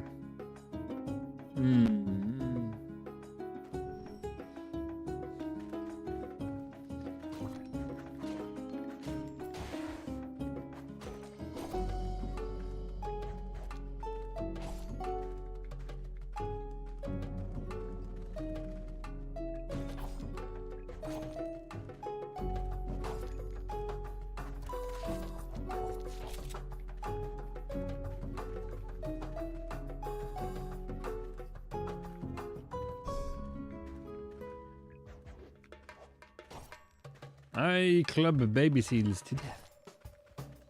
Yes. Wait, it's not a baby seal. Neither is it a Navy seal. Reminds me of that old Norwegian comic show, no, Norwegian, a short-lived documentary about the seal Selleck. Yeah, it was a show about a baby seal that a girl took care of. It was a short-lived affair, mostly because seals grow up very fast and they grow very fat.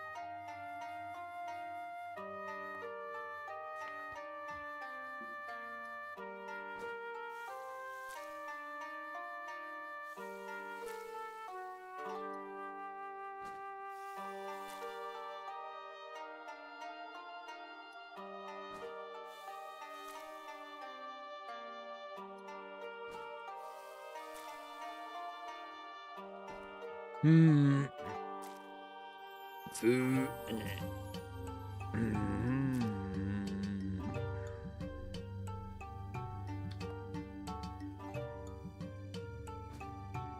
Yeah, you might not like the might like it. You probably want some more human or something to eat, but whatever.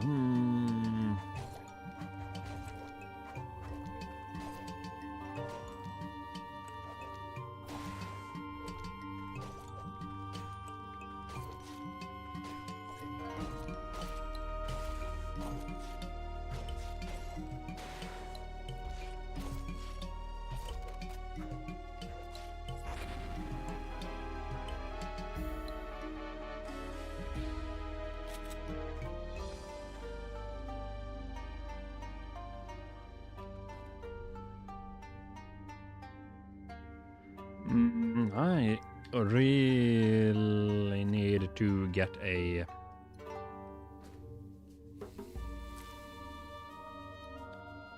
more lockpicks actually.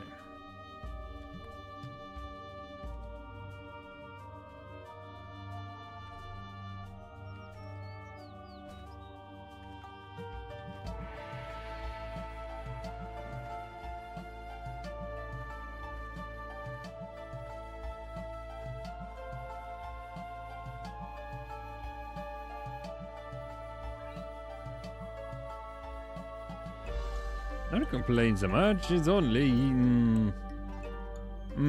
struck with terror. Spins around in circle. Oh yeah. I'd imagine that I just feather you up. Essentially, I'm human.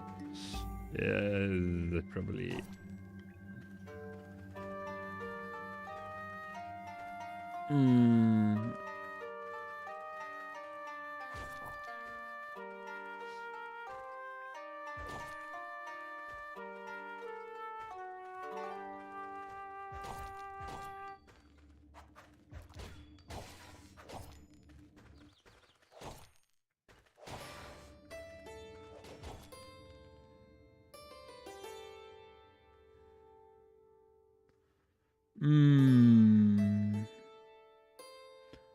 Damn it. My spears. Good zap.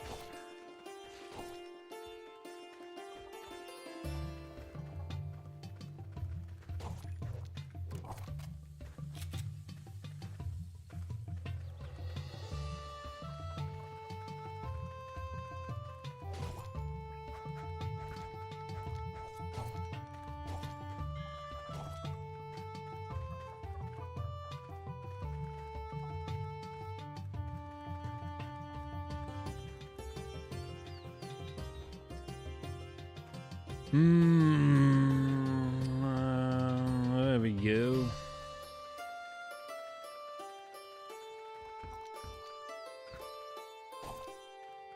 I dare say that were small medals. Well spent.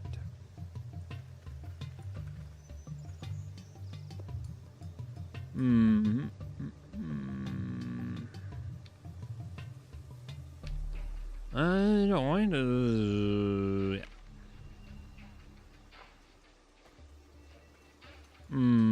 I should make another shipping chest and put it in a different place. Curse. Yeah, web.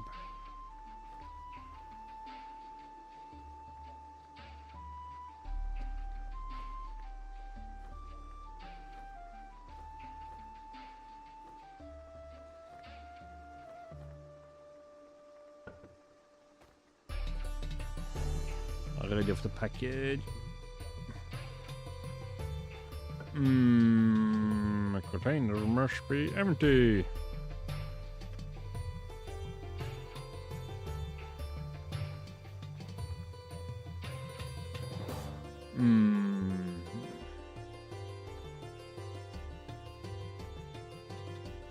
Uncurse and instrument monster, yeah, whatever. Iron, cotton shirt, miracle. Ew.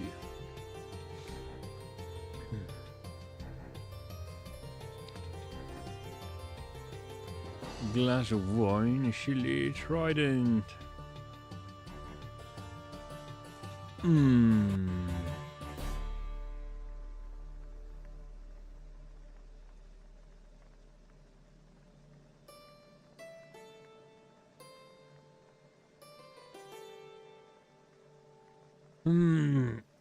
Gonna get rid of the kitten and the bone, grass long sword, big jewel amulet of hemp.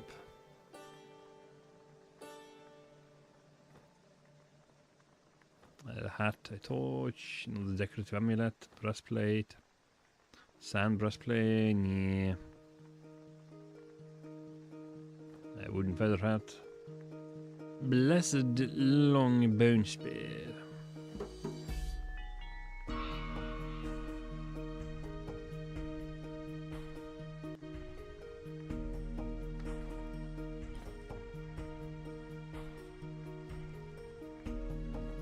Inside like shooting stuff, need to, yeah, holy light, teleportation. Oh, that's always good to have.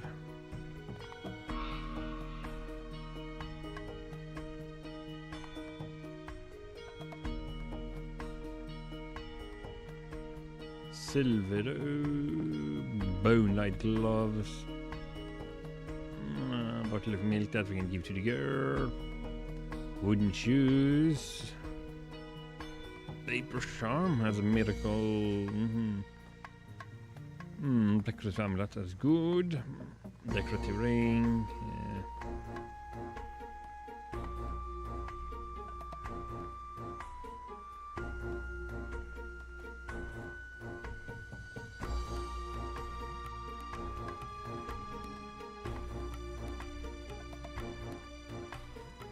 You know, it's a bit ironic with the cursed poison. Because that just means it does not just make the poison more potent. Yes, I suppose it does.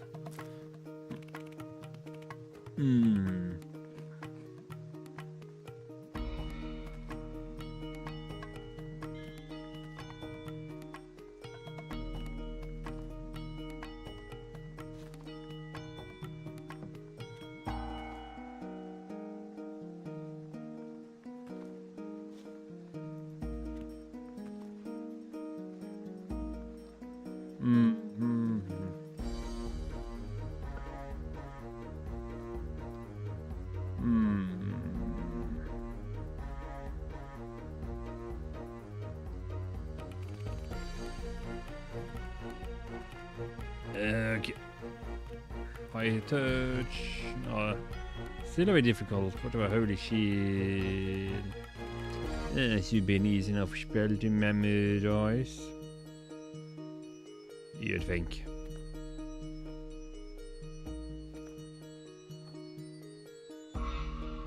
Hmm.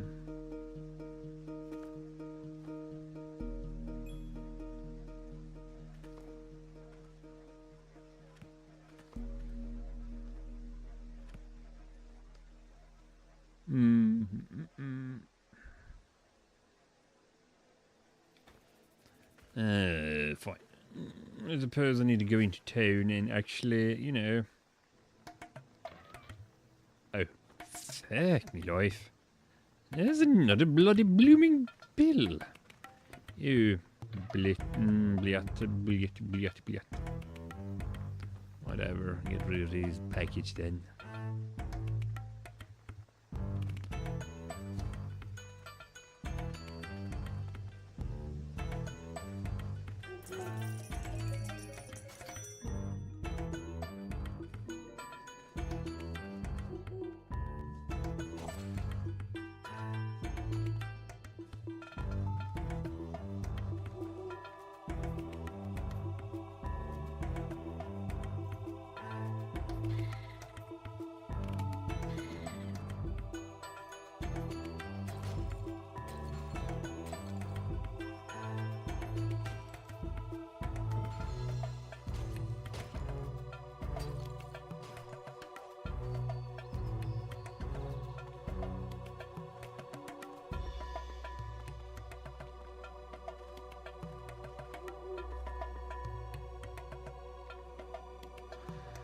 Alright, så den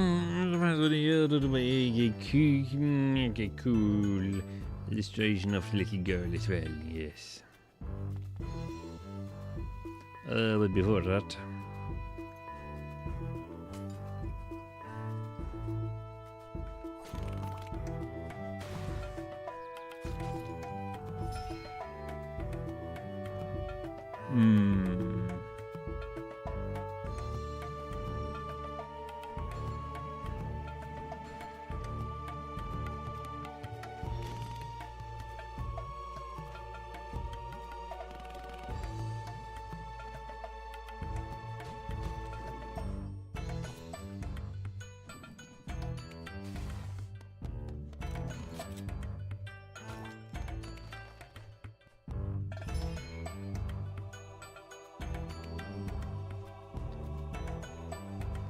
I do believe we're gonna need some more Palulu.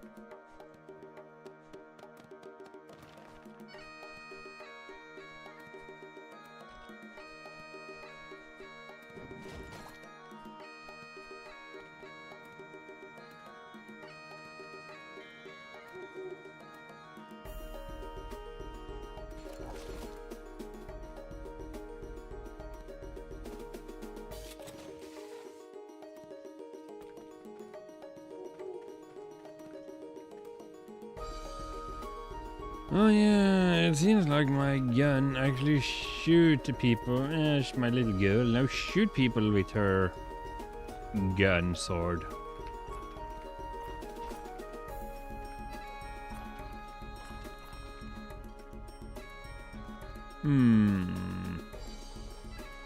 That's very bloody brutal and incredibly convenient for me, that is.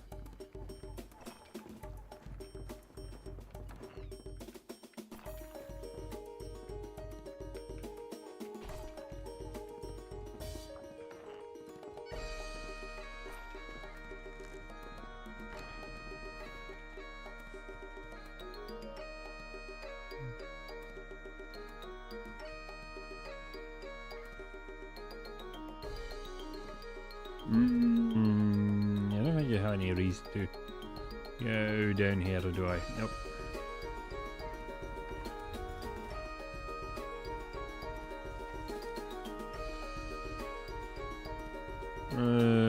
see. Exterminating monsters in a certain location. 660 nutrition food value. Moon Shadow Heretics. Spaghetti with meat sauce. 5 karma. Prove it to me. No. Why would I want to? Not much food. No, that would break my budget, and I need that to talk to a witch.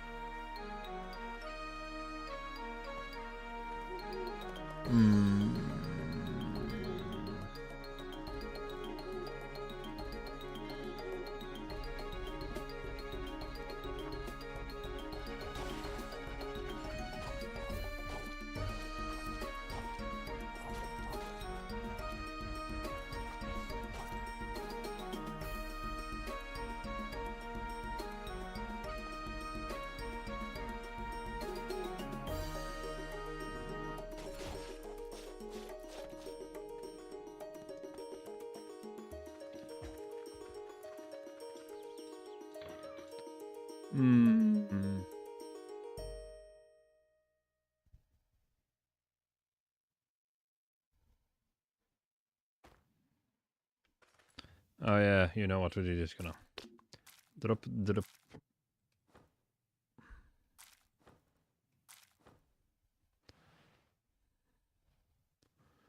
I'm gonna drop it like that. Here's gonna go.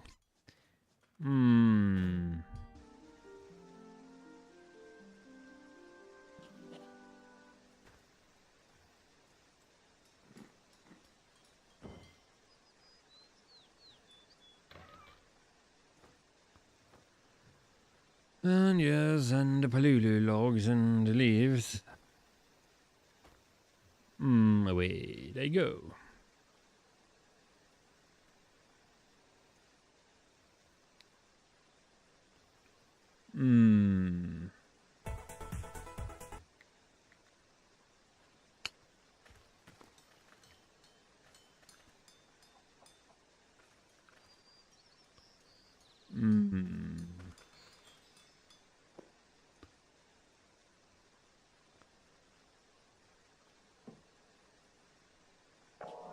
Aha, I want skin.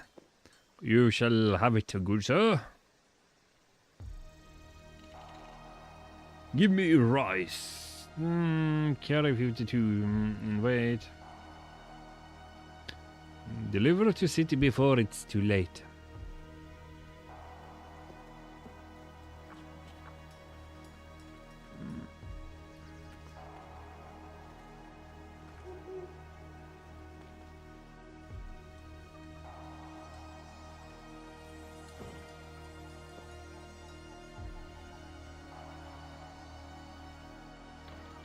Mm,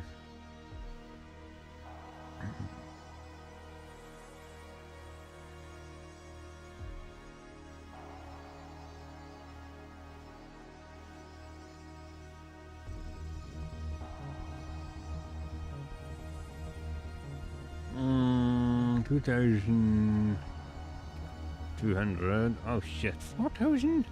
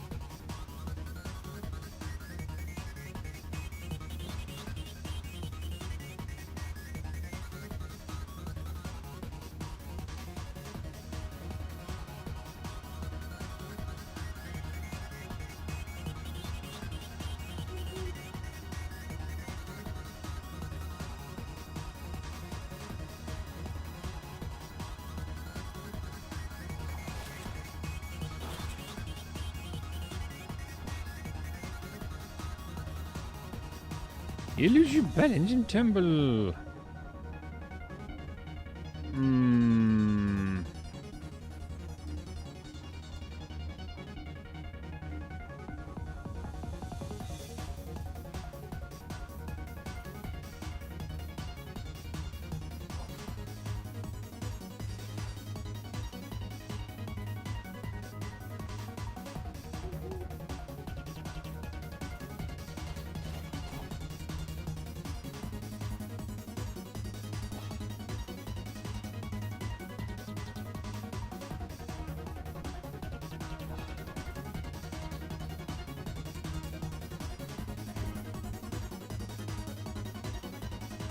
Well.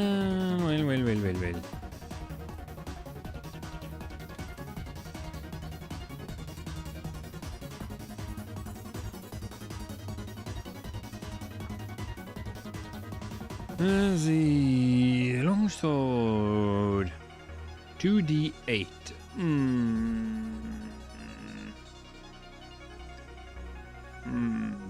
It gives me luck. Learning luck.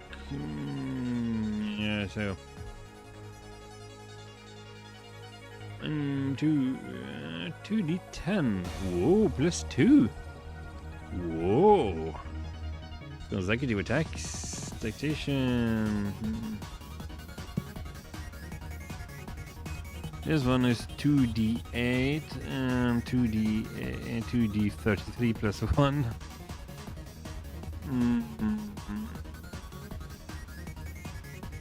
I don't know, so what? 4d4.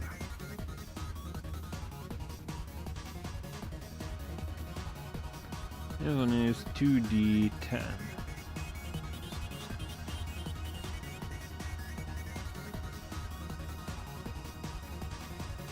Mm, 2d10, yes.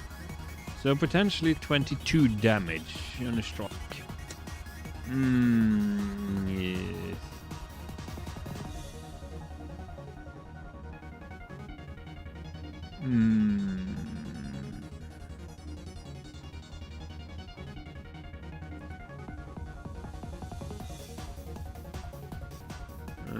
Blah, blah, blah.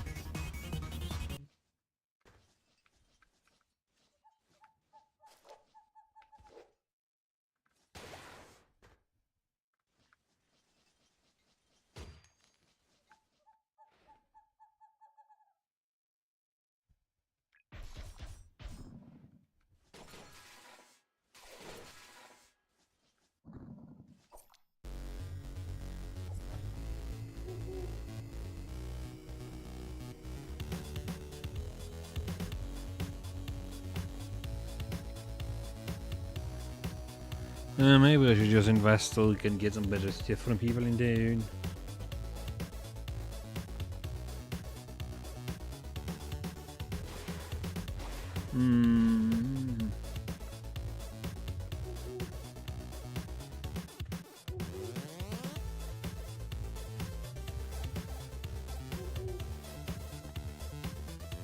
There's no interesting quest. Rid of them monsters. Yes. Danger level 4. Hello. Hang on. What? Let's see. This little girl. Yeah. There's no. Hello. And welcome, Riot 2405. I am the Crimson Skald, and I am Thank you. And yeah, I am doing terrible things in a game called Elin.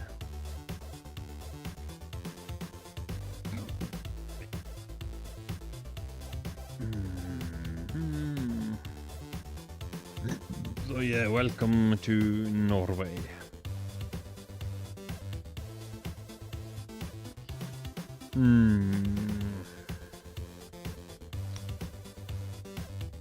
Okay, so yeah, I need to make the. Need to make find a way to depict the. No.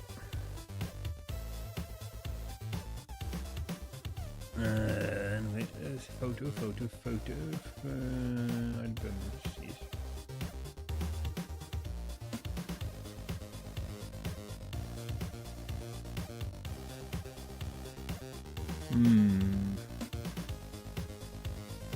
I feel we need a. No, should I be? Let's see.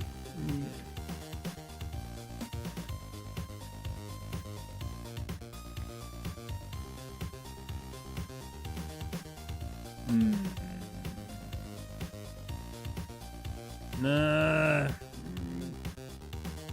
Mushrooms is for the week. And for, you know, those special interest parties. I don't really have any need for mushrooms. I'm weird enough as it is.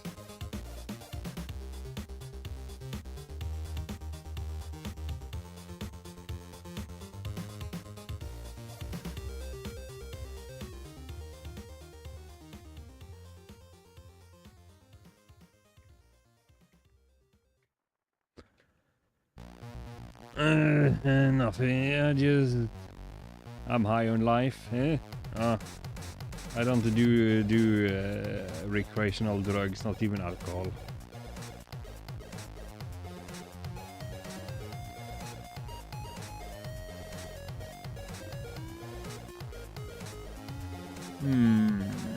Sure. Let's see. Need to. Right, make a collage. We take the weird torso character and the little girl and put them in the same frame. Yes.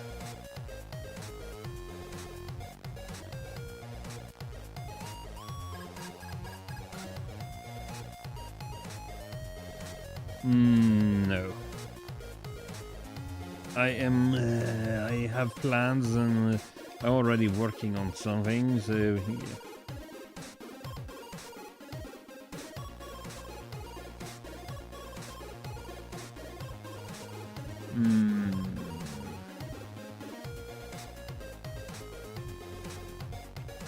Let's see.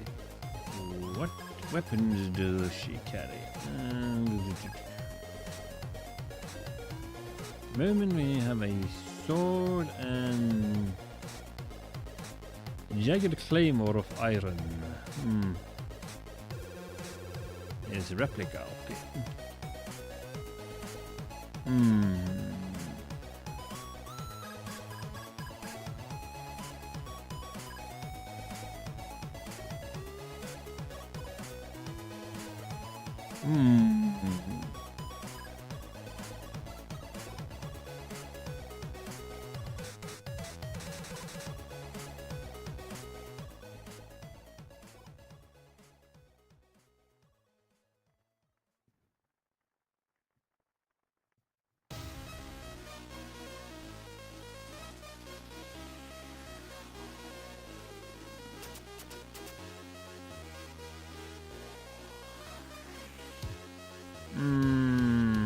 No.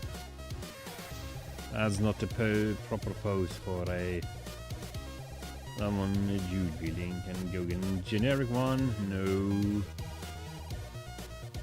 Sword holding helmet thing? Nope. I'm feeling I can do more dynamic.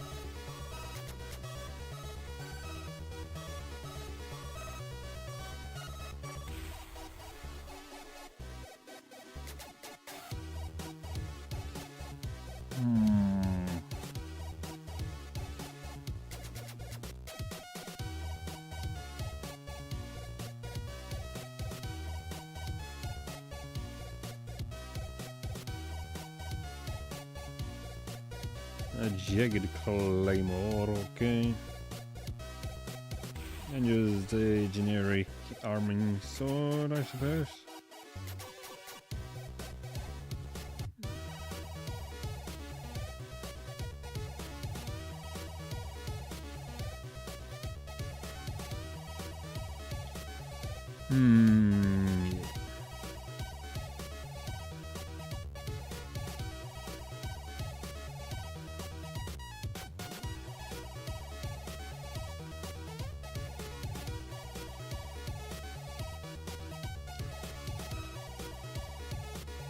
Yeah.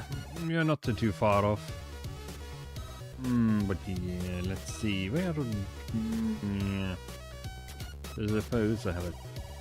As a pose. Yeah. All we have to do work on is the sprite. No.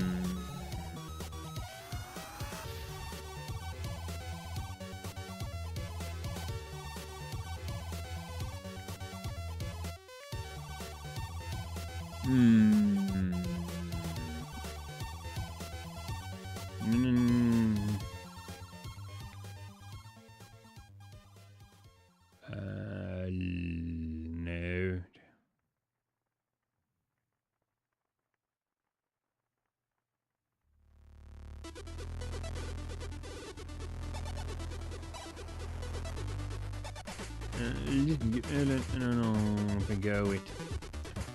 Elina. Let's see. No.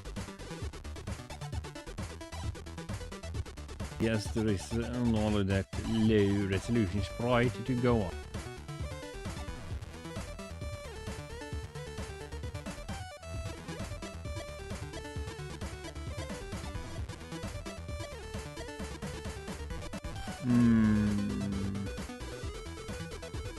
Sure. That's it.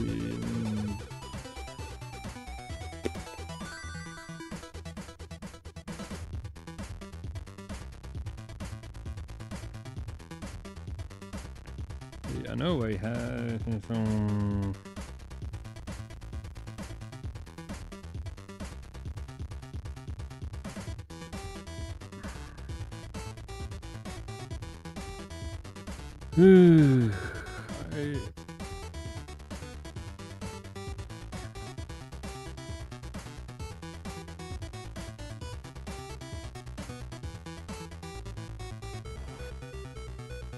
Let's see, where did I put that damn thing? Poster.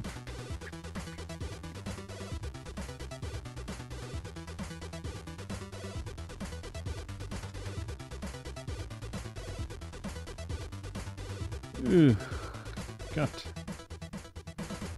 Damn it.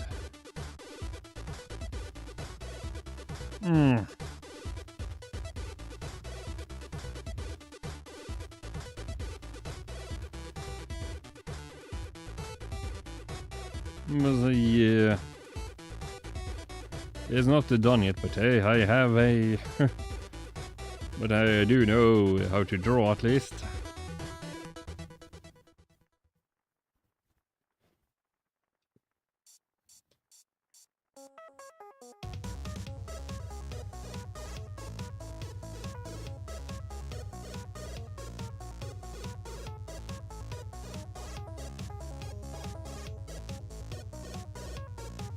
Let's see.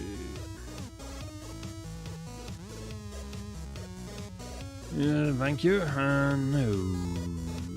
I see. I need a girdle, which is a fancy way of saying belt, I suppose. Yes. I need some simple footwear.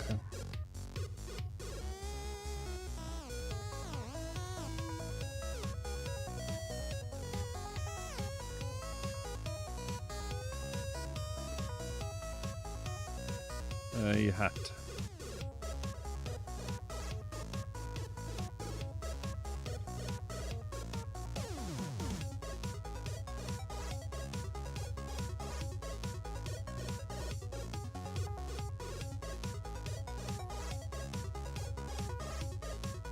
We're just planning out what the character is wearing. So maybe just go with a fancy hat. Oh yeah. What do we need?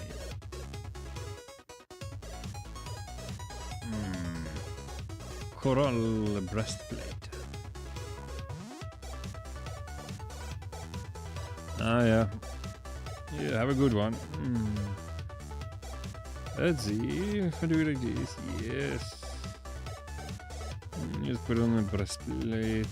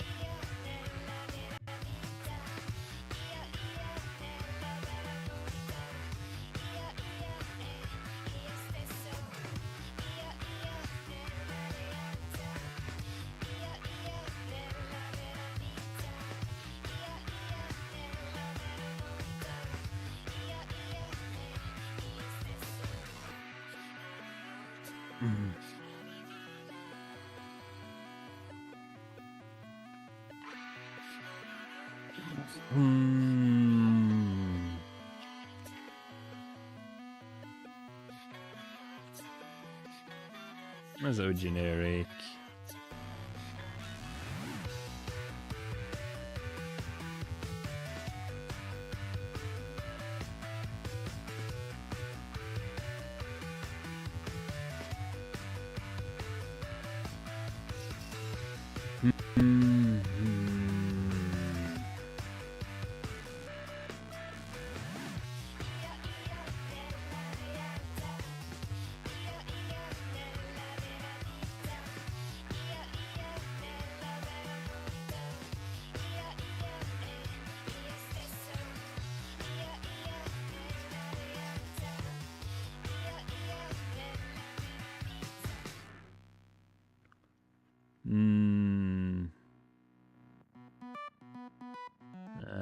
See if we go with good, let's do Zords.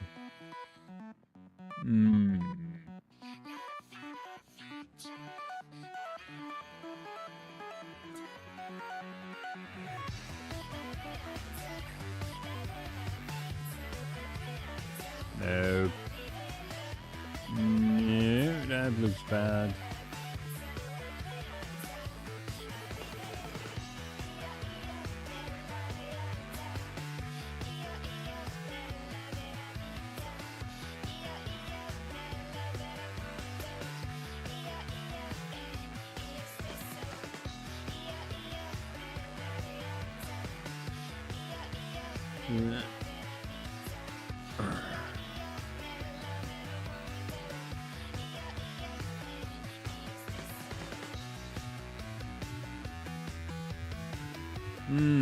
It occurs to me that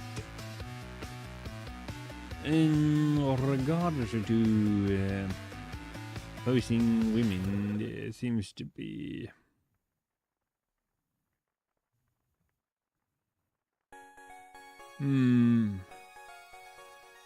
it feels a bit boring. Another great thing with this dynamic shape though is that Can be so much more absurd.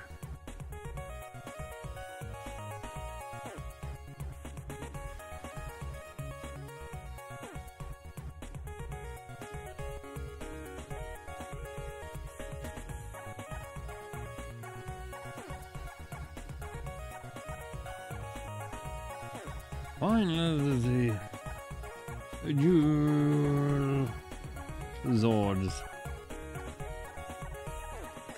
Sword wielding.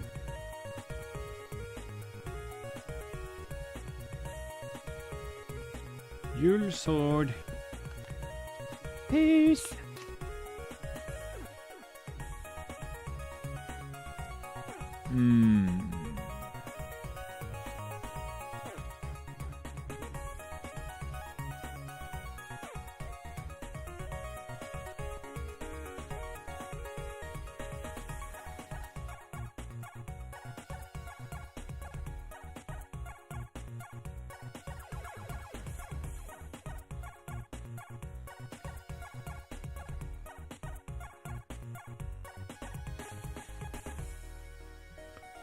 Okay. I think we might have a solution here. Yes.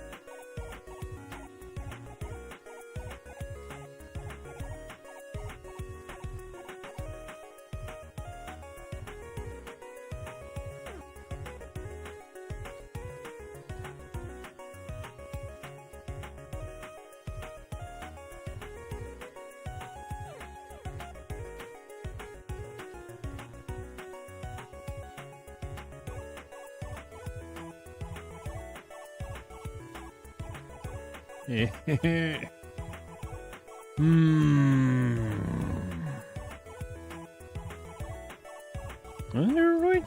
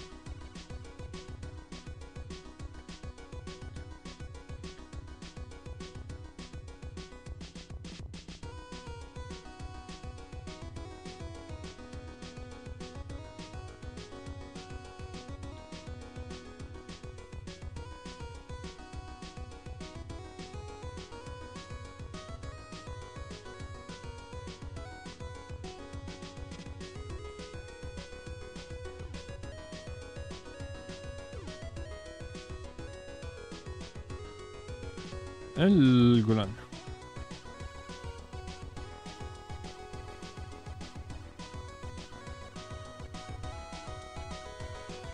That sort of works, yes.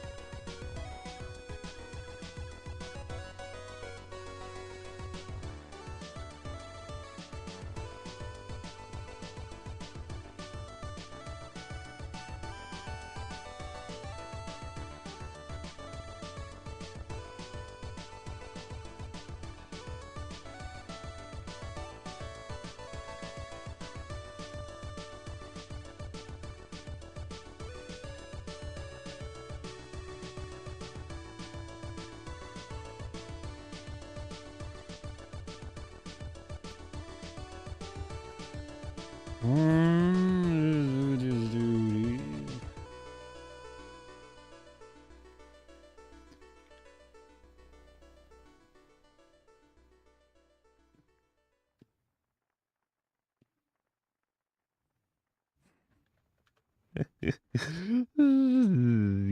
the the little girl and the murderer. Mutant. Yeah.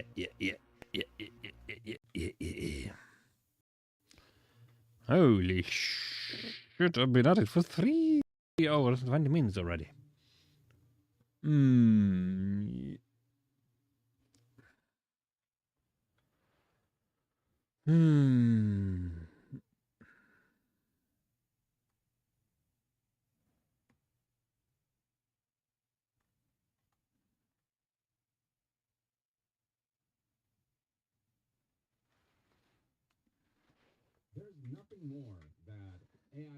Want than for artificial intelligence to be normalized to an extent where people fall in love with this technology and it's something that they can implement without much resistance so that AI can become an essential aspect of the infrastructure of society and they can reap the financial rewards of investing all of the money that they've been putting into this tech that needs to make money back, or these companies are in serious trouble given the level of investment that's been involved with this tech.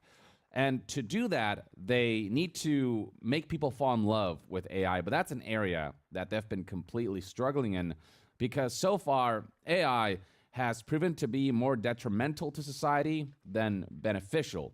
While there are use cases where AI does offer some good outcomes, generally people see AI as a threat to a lot of different elements, whether it's art, whether it's jobs, whether it's environmental impacts, so on and so forth. It's all just ultimately backfiring on companies who are realizing that there's a lot more resistance against AI than they initially anticipated. And we're seeing that now more than ever. We're seeing all of the different ways in which society at large, in which the masses, in which the world is starting to say no to this technology and doing so in very harsh and at times really aggressive ways. And no doubt this is scaring companies who are realizing that it's a much more uphill battle than they anticipated when it comes to the normalization of this technology that they're hoping will be highly profitable in the long term. And so in this video, I want to highlight a number of recent developments that highlight a rebellion from the general public against artificial intelligence that's proving to be a massive roadblock and a massive obstacle for these AI companies who need really fast results as they continue to burn money on this technology, essentially putting a bet and a gamble that this technology will be massively profitable later on. So let's start with this development from back in April 13th, 2026, highlighting how voters in small Missouri town have removed half their city council after backlash to an approved $6 billion AI data center project, an approval that happened despite the public's protestations, the vast majority saying we don't want this. Politicians are starting to be held accountable for those who support this technology in a way that is not responsible, that is not ethical, and that is ultimately destructive to the communities where these data centers are being built near. So the Wall Street Journal also reported on this, saying that residents in a small Missouri community who oppose a planned data center removed 4 local council members and are now aiming to recall the mayor even. So in Missouri, this is an area that we've seen gain a lot of traction. And more specific details are highlighted by this individual who highlighted how this is a Missouri town with 14,000 people. They removed 4 of 8 city council members after the representatives approved a $6 billion AI data center covering 360 acres without adequate public review. A lawsuit alleges the city held illegal private meetings on the project. A petition to remove the remaining council and mayor is circulating. So yeah, this is the level to which people are saying enough is enough. This is what AI companies and politicians who are helping AI companies have to contend with. Now, with this next act of defiance, it's not just the removal of politicians from their seats, but just straight up people feeling threatened and therefore threatening the higher ups and the people in positions of power and leadership who have allowed all of this to happen. We're at a point now where AI supporting politicians as well as AI executives are starting to feel like their safety is compromised. Now, speaking of safety, one of the things that I value most is very much consumer protection. And that's where privacy, obviously part of your daily routine. All right, so back to the news at hand. Let's check out this circumstance that further highlights a rebellion against these AI companies, especially under these circumstances where Oracle has laid off like such a vast amount of people amidst record revenue and profits that it is causing employees as well as former employees to start rebelling in really aggressive ways. So right here we have a report talking about how Oracle executives are getting death threats after the 6 a.m. email massacre, and Larry Ellison just hired Blackwater-level private security. Larry Ellison being the chief technology officer at Oracle, a company who's heavily involved with the construction of the infrastructure of artificial intelligence, who have been working closely with OpenAI and the like. And the 6 a.m. email massacre is referring to the fact that they just straight up laid off 30,000 workers via automated email, while Oracle posted $6.13 billion in quarterly profits. The revolt from ex-employees has gotten so bad that the Redwood City campus looks like a military compound. Armed guards checking IDs, parking garage access restricted, executive floor completely locked down. Oracle spent more on executive protection this quarter than they'll pay in severance to 30,000 families. The same company that automates human termination emails can't automate executive safety. So yeah, AI companies and their executives are starting to get scared about just the amount of backlash and rebellion and revolt that they're seeing, not just from the general public, but also from employees who are sick and tired of the way they're treated, despite these people being the workers that helped Oracle achieve what it has achieved, only for Oracle to give these people the middle finger by laying off tens of thousands of people and showing every intention of fully replacing human beings with the very systems that these people helped build, artificial intelligence. Now, some people in positions of power who are supporting AI aren't just receiving death threats, but are seeing actual threatening activity being levied against them, as reported right here by CBS News when talking about an Indianapolis city councilor whose home was shot at 13 times with a message, "No data centers left behind," as you can see right here from photos that were taken, as well as the various bullet holes that highlight that, yeah, there was an active threat against this Indianapolis city councilor who has been seeing a lot of backlash as a result of the support he's shown for AI, despite the public in Indianapolis being fully against it. Basically, politicians going against the public's desires. As CBS News reports right here, days before this incident occurred, Gibson attended a Metropolitan Development Commission meeting where the developer Metroblocks LLC looked to build a data center and other business offices. When Gibson stepped up to speak at the meeting on Wednesday, he was met with boos from the crowd. He tried to present this notion that there are real benefits tied to this development. Construction is expected to support roughly 300 jobs over a 3-year period, except once construction is complete, those people will be deemed disposable, and then the AI data centers will ultimately facilitate companies fully replacing human beings, and there actually being less jobs in the long term as these greedy companies aim to automate everything and leave nothing for the people who they deem to be below them. CBS News reports that shortly after Gibson voiced his support for the rezoning project that involves, building AI data centers and the like, the room was asked to stand up if they disapproved of the project, and the majority of the crowd could be seen rising to their feet. Yet, despite the opposition, the Metropolitan Development Commission approved the project last week. They full-on just ignored the public's outcries and the public's voice. Another similar incident occurred to an AI company executive, none other than Sam Altman. The reports recently suggest that a suspect was arrested for attacking Sam Altman's home, and there's an individual who was straight up going after Sam Altman because he wanted to stop humanity's extinction from AI, is what reports are citing. Further details can be seen below here. Apparently, the perpetrator was a 20-year-old man from Texas who has been charged with attempted murder after allegedly throwing a Molotov cocktail at Sam Altman's home in San Francisco last Friday. And what's especially telling is how little sympathy there is for Sam Altman. The general sentiments that we're seeing with tweets like these that are going viral is stuff like, look at the language they're trying to use, LMAO, maniac, and terrifying. bro, 99% of people are cheering this on. It's literally only the 1% that's scared. The thing is, Sam Altman has been one of the most outspoken people when it comes to supporting artificial intelligence, and he's done so to a degree where he's full-on dehumanized the human race by saying things like, but think about how much energy humans spent, how much energy is spent on teaching humans how to do things that AI can do. And so he's trying to make AI look good by arguing that humans spend as much energy or more energy than AI does, just fully disassociated from the very idea that humanity is the point of why we collectively do what we do, seeing humanity as an expendable resource that is more of a liability than artificial intelligence is straight up saying humans are lesser than AI. He's straight up come out and said these kinds of things. Many people believe that between choosing profits from artificial intelligence and the fate of humanity, he would easily choose greed. He would easily choose making money from artificial intelligence and would doom humanity to do so. And these are just a handful of signs of rebellion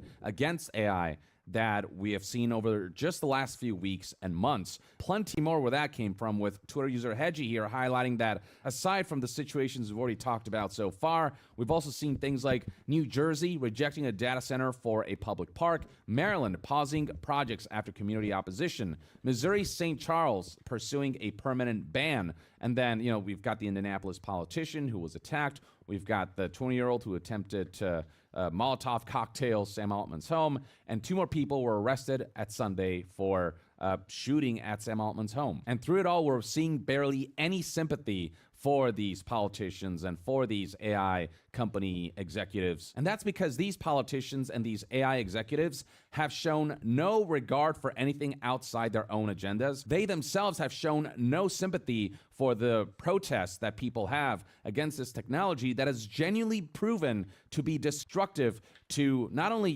jobs and art and all these things, but to just the very living situation of people who are seeing their electricity prices go up. Straight up, there are articles that are tracking the amount of power that data centers are taking up in individual countries like the US. And there are reports already talking about how data centers are now 7% of total U.S. power demand. And yeah, electricity prices have been going up for a lot of these communities that are close to these AI data centers, whose power demand is so high that it's impacting, the community's electricity bills, where they have to pay for these data centers despite the fact that they oppose the building of these data centers. We're seeing live their environment being polluted. There's this individual right here, this woman who lives only 1.6 miles away from the Meta data center in Wisconsin, who spoke out recently talking about how their water system has been completely destroyed. They recently saw their river turn into this white, milky kind of color, and she paid for testing and found extremely high, heavy metal levels that are straight up poisonous. These AI supporting politicians and these AI executives are full on destroying people's lives, not only through the mass layoffs akin to what Oracle did, not only through the irresponsible implementation of this technology where it has allowed for misinformation and deepfakes and theft of art and all these things, alongside all of the money that's being burned and the negative economic impact that AI is having because of the hoarding of computing components that, instead of going to essential consumer electronics, are going towards building AI data centers and causing an inflation in the price of electronics, as well as a shortage of them. On top of the complete disregard and complete lack of sympathy for all of those aspects on the part of AI politicians and AI company executives, you've got stuff like this, full-on poisoning ecosystems, the environment, and when you've got these individuals in positions of power who are straight up destroying people's lives and the environment that they live in, should they be surprised that some people feel like they're at their wits' end and feel the need to resort to violence in order to have their voices heard when nothing else works? I'm fully in the belief that violence should be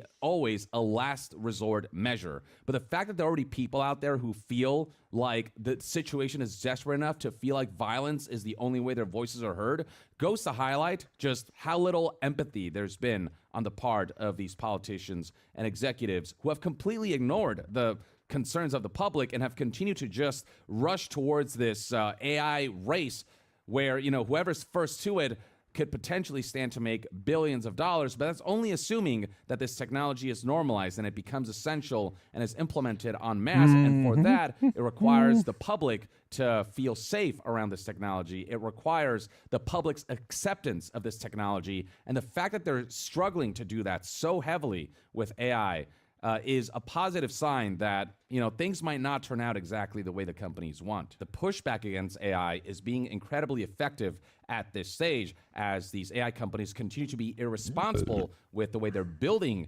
AI and the negative impact that, you know, just how much of a rush there is to build AI infrastructure is having on just everything else, environmental, economic, artistic, employment-wise, you name it. And the worst thing is that for all the damage that's being done, AI as a technology doesn't even really work all that well right now. It doesn't work reliably enough where it can become essential. And so we're starting to see situations like these where some companies are laying off AI and going back to relying on humans because not only is AI unreliable, but also turns out AI is getting way too expensive. So this individual talks about how they just canceled 5 of their AI subscriptions and hired 2 mid-level developers instead because it's cheaper to do so. And on top of that, people do better work than AI does at the current state of things. Like, don't get me wrong, there's some areas where AI does excel. There's some areas where computers can just do things faster than human beings can. But when it comes to like nuanced decision-making, AI is so out of their depth. And the fact that we're seeing people celebrate stories like these where they laid off AI and replaced them with humans. I mean, this tweet right here is saying this is the most satisfying plot twist in tech history,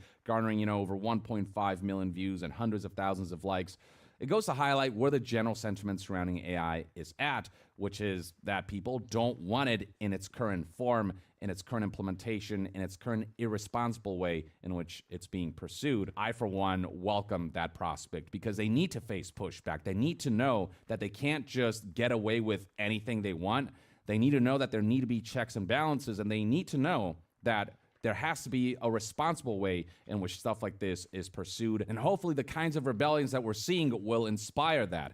I don't think AI as a technology is ever fully going to go away because, again, when we find good uses for them, they can be incredibly effective. But right now, the negative uses and the negative implementations and the negative impacts far outweigh the positive ones. And until that tide shifts, we are never going to see people mass accept AI until checks and balances and regulations are put in place and people's voices are heard.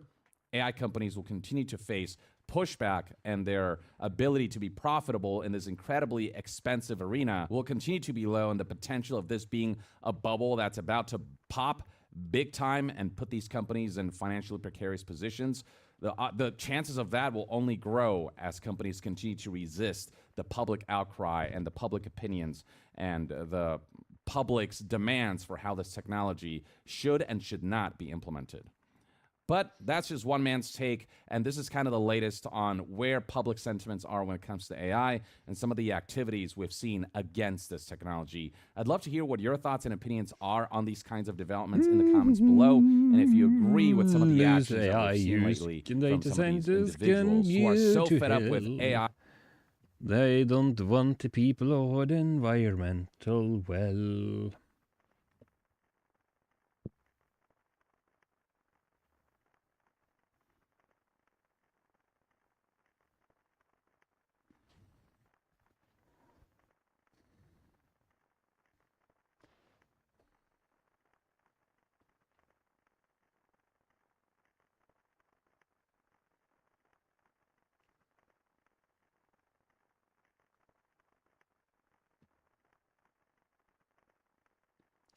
Oh, shit.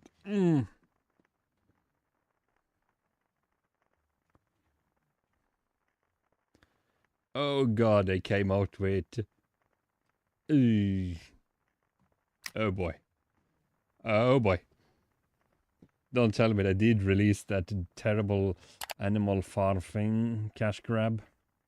On December 12th, Oh, boy. 2025, I opened up my Yeah, social boy. media platforms to discover genuine Yeah, that outrage did. over a film trailer that had been released that morning. Now, this is nothing inherently new in the profession of film criticism, and as someone operating inside of it, I've had to navigate this on more than one occasion. The truth of the matter is that film marketing will never convey the intricacies of a movie itself, and only offers a sort of rudimentary overview of the finished product, which is why many trailers have stirred outrage among fan bases and audiences alike due to how the product inherently is conveyed at the time. This is why, at first glance, with zero context as to the contents of the trailer itself, I didn't pay much attention to this upon this fateful day. However, upon closer inspection, as I began to realize what the film in question was and what the outrage itself centered upon, I found myself inexplicably drawn into this situation. That trailer in question was the first official trailer for Andy Serkis's animated reimagining of Animal Farm, which is, of course, the classic George Orwell novel. Now, as someone operating inside of the industry, I'd actually heard of this film many times over the course of the last few years. Long held as a personal passion project for Serkis as he began to make more and more forays into the world of directing, it's a film that I have been carefully optimistic for in terms of cinematic craft and inherent promise alone for what it actually could be. I still distinctly remember the first time I read Orwell's classic novel as a freshman in high school. The impact has still stuck with me to this day, as Orwell paints such a harsh and juxtaposing view within his novel, and his core anti-authoritarian ideas and themes ring more true and deeply haunting than ever in our current society today. You see, one of the reasons Animal Farm works so well as a novel is because the eccentric and whimsical cast of animal characters serve as an integral foil to the story itself. Not just in the sense of the core thematic intent and messaging of the material, but also as a way to draw audiences into a situation where these characters face a multitude of very prevalent risks, which is more than felt as the book progresses. I remember that quite well. I remember how distinctly oppressive and dark Animal Farm was, raising so many thought-provoking questions and ideas with ease, and further driving the question home, what is the difference between human and animal? With this in mind, on this December afternoon, when I finally realized that the first trailer for Serkis's adaptation had been released, with a distribution deal from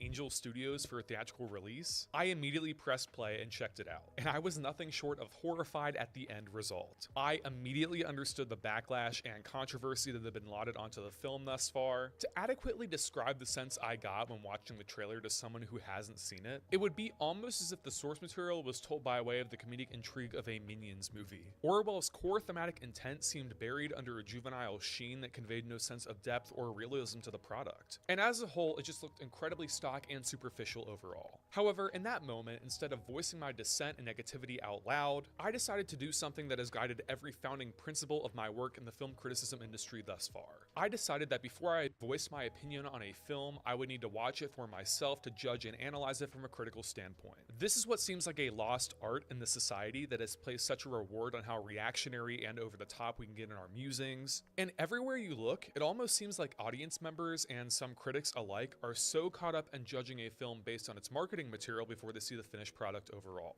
For this reason, I immediately reached out to Angel Studios expressing interest in the film that same afternoon, and the next day, a screener of the film was in my inbox. I immediately watched the movie and proceeded to sit on my thoughts for 4 months until the embargo finally lifted as you're watching this video. In those 4 months, it would be easy for me to say that my opinion of the film shifted and changed drastically, and that's almost partially true. It's indeed true that my opinion on the film has infinitely shifted from my first reaction to it after finishing the movie back in December. I mean, at that time, I was fully prepared to laud the film with a uniquely rare half-star rating, of which I have only ever given out 4 of those within the over 1,000 movies I've watched in my lifetime. However, as I've sat with the film in the time since viewing it, I've begun to realize that my opinion on the film has changed from one of overt negativity to one of utter bewilderment. Ultimately, as I film this review, I sit here still baffled as to what exactly to make of a film like Animal Farm. And that is perhaps one of the worst elements about it overall. Animal Farm opens as we are introduced to the colorful cast of animal characters on Manor Farm. Lucky, a young piglet played by Gaten Matarazzo, is eager and excited when, one day, a mysterious truck pulls up to the farm, where masked men start to herd the animals inside. As one character mistakenly reads the term laughter house on the side of the vehicle, many of the animals believe they are indeed going on vacation. However, when Snowball, played by Laverne Cox, discovers the vehicle is actually going to a slaughterhouse instead, which will spell the ultimate end of the animals of Manor Farm, she rallies the group together, instilling the will to fight for their lives and for their freedom.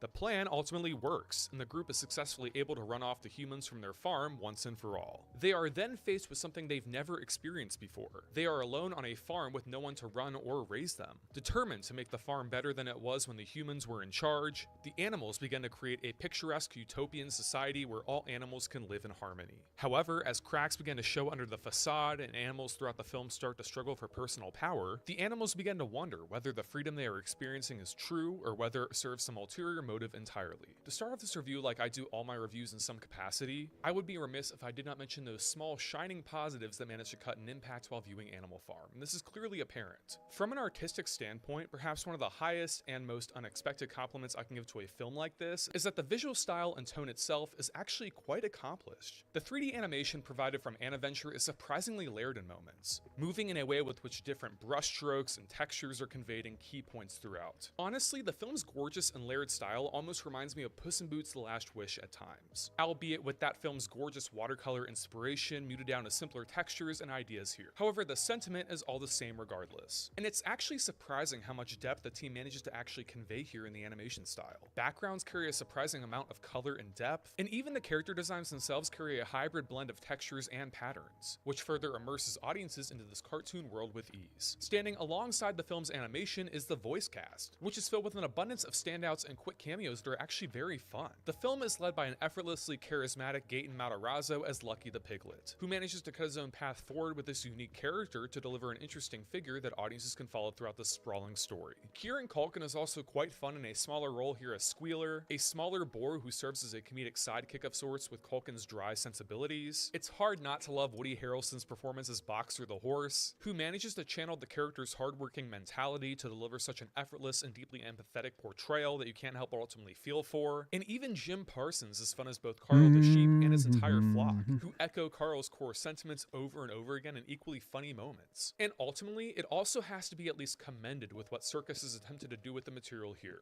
even if that core intent doesn't always come through in the finished product overall. Ultimately, one of the main visions that Circus had for this version of Animal Farm was to bring the story to life through a modern lens in order to translate the property to a younger audience. While I cannot ultimately say that the end product here is as satisfactory in this regard, as we'll no doubt shortly get into, this is a film and project where I can actually confidently say that Circus's vision clearly shines through in sporadic moments throughout. On this level, it's both inspirational to see what Circus really wanted to convey at times, but also so equally frustrating when the film squanders its potential for something far different. Don't get me wrong, although this is a common misconception from people who have not seen the movie yet, the main allegorical message of Orwell's source material is still more than intact and present here, functioning underneath the material at play and shining through in particular moments that book fans will no doubt remember quite vividly. And on that level, it's actually quite interesting how Circus has actually carried a lot over from the original novel, which is something that very few book-to-film adaptations seem to do nowadays. When these moments from the classic novel are conveyed on screen in a modern lens is truly invigorating and exciting, and I truly applaud the film for how much it tries to do with this specific exercise. However, it's when the film fails to replicate the highs of the book that things start to take a downward turn, which leads to some pretty dark places that kind of tank the film overall as a result. When checking the cast and crew list for this film, I was absolutely shocked at one of the names credited as a screenwriter on the film, and that name in question was none other than Nicholas Stoller. Now, Stoller is a filmmaker and screenwriter that many audience members might surely recognize for his works on classic comedic fare like Forgetting Sarah Marshall, Get Him to the Greek, Neighbors, and even co-writing the 2011 Muppets film with his friend Jason Segel. On this level, many people have started to associate his name with quite overt comedic execution. This led me to wonder why in fact Circus had enlisted someone with Stoller's sensibilities on the page to adapt Orwell's novel to the big screen, and the answer was quickly apparent in rapid succession. The worst element of this film, bar none, no questions asked, is Stoller's screenplay, which could ultimately best be described as entirely baffling. There's no easy way to even break down what's happening on the page here in any rational definition whatsoever. This version of Animal Farm is a weird amalgamation of ideas all fighting for air at once, as if Stoller took a paperback copy of Orwell's novel he bought on sale at a local Barnes & Noble and just started ripping out pages and gluing them together weirdly in a Frankenstein's monster-esque version of juvenile and quite frivolous elements that don't ultimately build up to anything substantial or nuanced in any sense of the word. And this is something audiences more than feel as the film progresses in perhaps some of the worst ways imaginable. You see, the inherent goal and purpose of adapting the novel to the modern generation is indeed present here, but it seems that the execution of this core premise has all but failed in every single fashion in seeking to replicate the novel through a modern lens. It indeed seems seems that Circus and Stoller have inadvertently and accidentally translated the property into the exact same pitfalls and trappings that befall many animated kids movies nowadays. For one, the plot never seems to commit to any specific structure whatsoever. It's been a noticeable trend in recent animated movies, especially within the last 5 years alone, that the stories of these projects themselves often seem to take quite blatant departures from their main narratives at times, almost as if its attention span has been lost entirely. In these moments, it can almost seem like these movies and their thematic structures are made up of short film style stories rather than a cohesive narrative sitting underneath. And unfortunately, Animal Farm is a film that replicates this exact structure in the most jarring of ways imaginable. The most baffling and intriguing thing about this film with equal measure is how it shifts from accurately portraying Orwell's source material with earnestness and complexity to that of what could best be described as borderline cinematic brain rot. The film transitions from a scene where the animals come together to create rules for their utopian society to a side plot where the animals visit a futuristic mall in the city, where they test out technology and fail with it with the same comedic pitfalls you might find in a Minions movie, for example. And speaking of the film's core humor, this is another element that completely tanks the end product at the end of the day. Don't you worry, Animal Farm makes sure to fill an abundance of its runtime with enough bathroom humor and antics to make even the most juvenile of audience members roll their eyes. There's something so disquieting about watching this novel of all things portrayed in this way, where the film's insignificant attempts at dramatic stakes and intensity is then portrayed as something so carefree and immature with equal measure. These moments truly do undercut the emotional truth of what Orwell is trying to say in the material, which begs the question here, if your goal is to translate this project to modern audiences, how are modern audiences going to even pay attention to what the film is saying when you have this in the runtime? The film then proceeds to introduce a completely baffling side plot involving a tech billionaire named Frida Pilkington, played by Glenn Close of all people, who wants to work with the animals to take over the farm in a quite baffling side plot departure, and you add icing to a cake that is already far too burned for any audience members to actually enjoy for themselves. However, the worst element of this adaptation of Animal Farm overall, and the point that really solidifies this train wreck in the end of the day, arrives in the form of the main antagonist of the film, Napoleon, who is voiced by Seth Rogen in perhaps one of the oddest casting choices of the past calendar year alone. If you've read the original novel, you'll no doubt remember Napoleon as a character.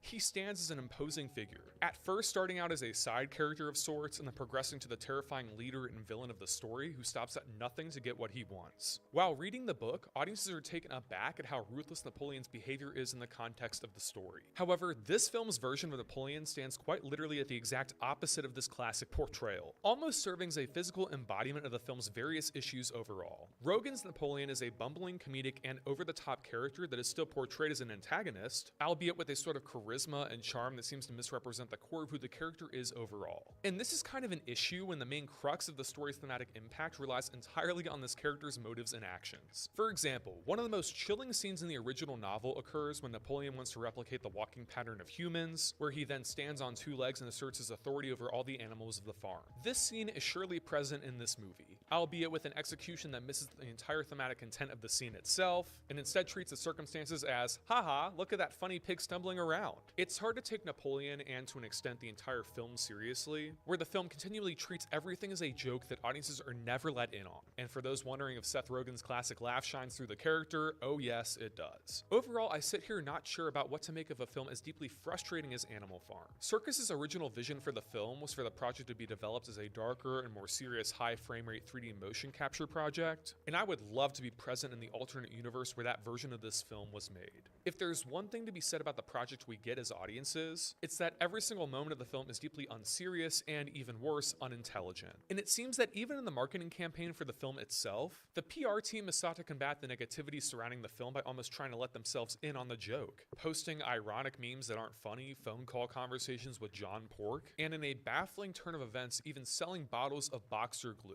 which is made out of the horse within the film. What the f***?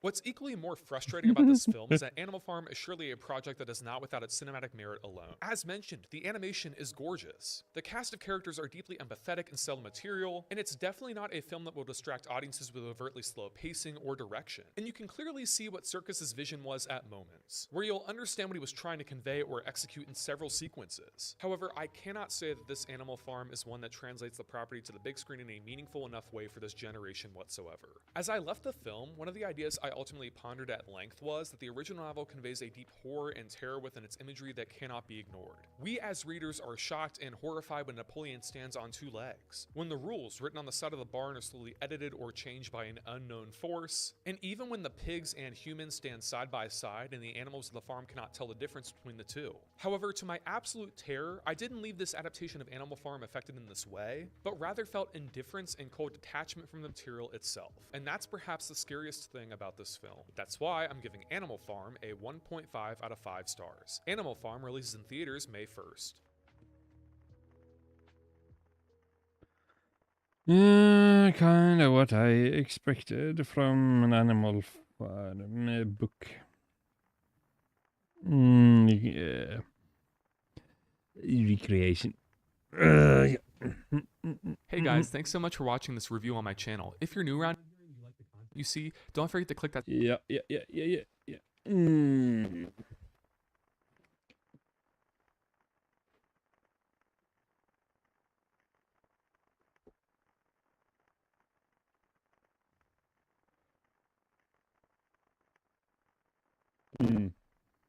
Oh. Welcome to Sacred Cow Shipyards, where no ship is safe from being slaughtered like a cow. Regular viewers may know that we occasionally do sponsored episodes here at Sacred Cow Shipyards. Generally, that involves a company or an individual coming to us and saying, hey, could you run an advertisement for this product or this idea or this organization or this whatever in front of an episode, and we will provide you currency. Simple enough, right? I mean, that's what an advertisement is. And a little while ago, the obvious people who always go to YouTube personalities came to us and said, hey, would you mind advertising our silly little mobile game? And I said I'd consider it, but only if they provided me a titanium cube. Now that might sound a little strange, given that we here at Sacred Cow Shipyards make a lot of cubes because you guys keep forgetting where you parked your damn starships, and 24 hours is 24 hours, and, well, there's a lot of cubes out back. But most of those cubes are not tremendously pure. I mean, your starships are comprised of all manners of material, and once you squish it all together into one solid cube, it's not very pure anymore. Whereas the titanium cubes on your planet are 99+% pure, and that's kind of cool, right? Well, anyways, that company decided my price was a little too steep, and I probably wouldn't have advertised for them anyways. But on recounting this story during a live stream, the question was posed to me as to whether or not that price was still available. And I said, yeah, I mean, sure, if you want me to run an ad for something that you're interested in for the price of a titanium cube, I could probably be talked into that, sure. And then it was clarified that the individual in question wasn't necessarily interested in buying an advertisement. He was interested as to whether or not he could buy an episode. That is to say, whether or not for the price of a titanium cube, he could, I suppose require is too strong of a word, but influence me into doing an episode on a topic of his choosing. And since I was talking to a fan, and since I was busy playing some video game or another, and maybe not paying attention nearly as much as I should have been, and since maybe I figured that, I mean, what's the worst that could happen, I may have said yes. I mean, was someone really going to take the time to get a titanium cube and take the time to ship it to me and take the time to wait for the shipping to actually, like, transship to me here at the shipyards? Because after all, that's a lot complicated, and so on and so forth, this, that, and the other. As it turns out, yes. Yes, they were. And thus, a fan of the channel by the name of Huggin' Floors not only procured a 1.5 inch by 1.5 inch by 1.5 inch 99.6% pure titanium cube, he actually had it engraved with the Sacred Cow Shipyards logo, as well as the very apt phrase on one of these surfaces, blame Huggin' Floors. And I suppose that's something you can do as much as I can do, because as much as I have to record this episode, I suppose if you want to hear Sacred Cow Shipyard content this week, you get to listen to it. So with all that said, what did Mr. Huggin' Floors buy with his 3.375 cubic inches of titanium? The one episode that I always said I would never do. Organic ships. You see, we just don't do organic ships here at the shipyards for fairly obvious reasons. I mean, first off, they have the same basic problems that you guys do. You're squishy and gooey and gross. And they tend to gum up the cubifiers if they end up inside the cubifiers. I mean, you try to squish them and it like oozes. Ew. Even aliens And then can on be top of that, so once you like- get the cube or cube-shaped thing out, it's not like it's going to retain its cubishness very well after you release it from the mold or whatever the hell. And you wouldn't think that something would smell if you park it out in the back 40 out in the void of space. But let me tell you, a massive former cube of organic material just chilling out there for a while, it's not great. And that's without even getting into all the various juices and stuff that leak out of them constantly, especially when you're cubifying them, and get into so many places that you really don't want that kind of stuff to go. I mean, technically, most of the juices inside of you aren't really that problematic for electronic systems, especially electronic systems that are hardened for, use outside of your atmosphere, for example, like, say, an interstellar shipyard. But an interstellar organic ship is going to have all kinds of liquids inside of it that are not healthy for anything except apparently organic ships. I mean, when you think about all the energy it requires for a ship to be interstellar, a mechanical ship, a normal ship to be interstellar, we'll translate all of that mechanical technology into bioorganic insanity, yeah. and you start having Every some make a video really for YouTube interesting, on the topic of really it exciting, juicy. really With a caustic prize of a chemicals. titanium cube. And that's all assuming that I could get the organic ship to actually stand still long enough to be cubified. It seems like most organic ships just move because they want to. I mean, on at least technological ships, there are exhaust ports, there are engine nacelles, there are visual means of identifying that, yes, okay, this thing has the capacity to move itself. But organic ships? You see any exhaust ports on Moya? She's not exactly poot to scoot. And that's just sublight travel for these things. Faster than light travel for organic ships by the great maker. Speaking of Moya, you don't want to be anywhere near her when she trips her starburst drive. The amount of everything distortion that happens in the immediate proximity would not be healthy for the shipyard. But hey, at least Moya kind of sort of warns you right before it's about to happen. The shadow vessels just kind of casually fade in and out of existence. I assume they just fade into hyperspace and fade back out again when they get where they want to go. But come on, how do you contain that? I guess technically you bury it on the surface of Mars, but that's not exactly an option for us here at the shipyards. But again, those FTL systems just loop us back to how absurdly much energy these organic vessels have coursing through them. I mean, when you get right down to it, the Matrix was not fundamentally wrong. Each of you squishies basically is a copper top, and you have somewhere in the neighborhood of 80 to 100 watts of thermal energy and bioelectricity and so forth and so on, keeping you alive at any given moment. In fact, 20 of those watts are consumed by your squishy goo between your ears. Yes, you heard that right. Somewhere between a quarter and a fifth of the total energy your body produces is devoured by pretending you can think. Now, on the flip side, the Matrix is also kind of wrong because 80 to 100 watts is about the power consumption of one of your old incandescent light bulbs. And you're going to try to harvest that 100 watts times however many millions of humies you have to power AI data centers? That does not seem terribly efficient, especially when the Matrix universe canonically already has fusion power. So yeah, this whole keep the squishies around for battery pack purposes, then I don't get that. Anyways, regardless, you only produce 80 to 100 watts. It's not exactly like you're going to FTL though. Imagine the power requirements to take something as large as Moya and do a faster than light jump with her. And remember that she's only, quote unquote, 1,000 motra long. And with Farscape, you have to assume that all of their fill-in words are basically one-to-one equivalents to what they sound like arns are hours, and motra are probably meters. So she's a bloody kilometer long, and is literally one of the fastest faster-than-light ships in the entire Farscape universe, and is entirely organic. We're way outside of 80 to 100 watts right now and somewhere into the gigawatt range.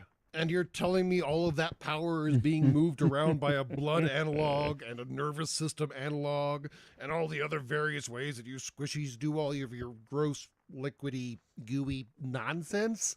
No, I don't want any of that crap on me. And speaking of crap, what do these things eat? What do they expel? What would that waste even look like?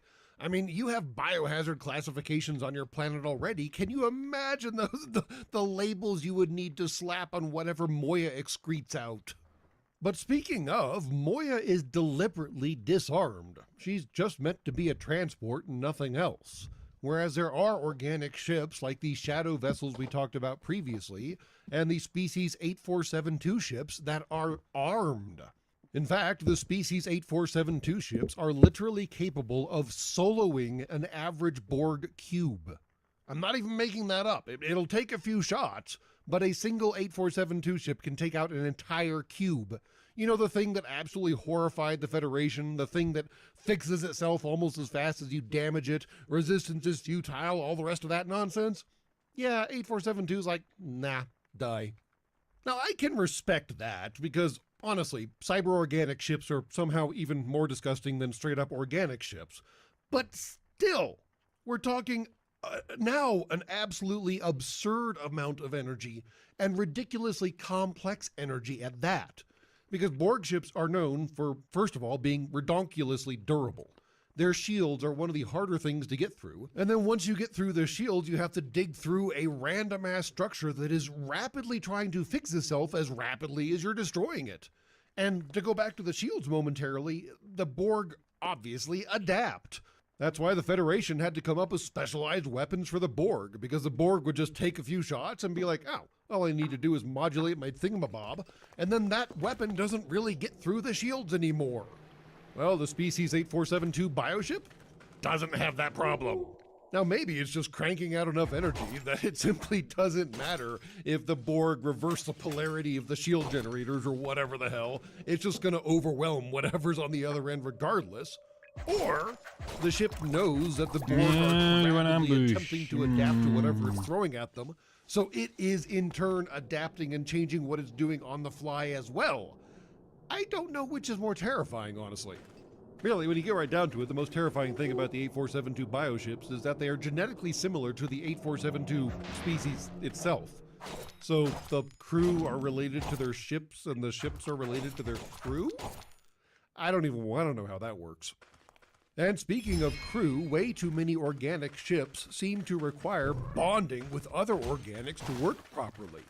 Moya has her pilot, who is a disjoint organism, but is now permanently installed in Moya, because that's not gross. And then the shadow battle crabs we've been repeatedly referencing over the course of this episode require kidnapping telepaths, literally brainwashing them, and then permanently installing them in these combat vehicles to become the central processing unit for the rest of the organic battle wagon vehicle terrifying thing. Technically, you can pull the human back out again. They're never really the same afterwards. But now you're just taking organic and compounding it with more organic and somehow making it more horrific in the process. You're doing like the what's that absolutely trashy movie that was made so many orbits ago? The Human Centipede, only with spaceships. And admittedly aliens sometimes instead of the humans, but still, it's gross. But all of this is just dancing around the real reason of why we don't talk about organic ships here at the shipyards. We don't do magic. Now, yes, technically, science fiction and fantasy frequently blur the lines of what might be considered magic and what might be considered technological. In fact, some famous author on your planet had a somewhat famous quote about that, about how any technology sufficiently advanced is indistinguishable from magic. And that's fine. There's nothing wrong with telling a story that involves sufficiently advanced technology that it is indistinguishable from magic. There's just nothing there to talk about, per se.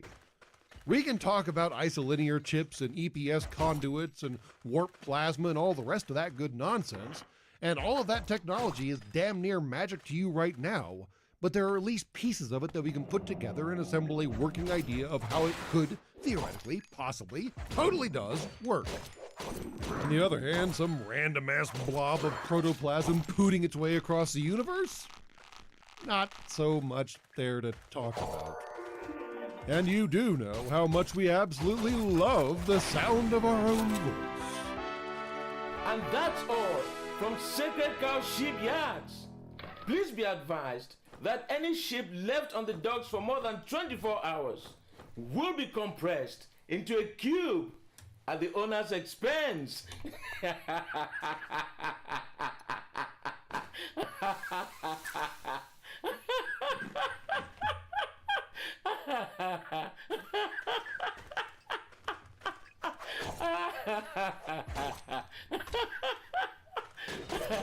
Have a nice day.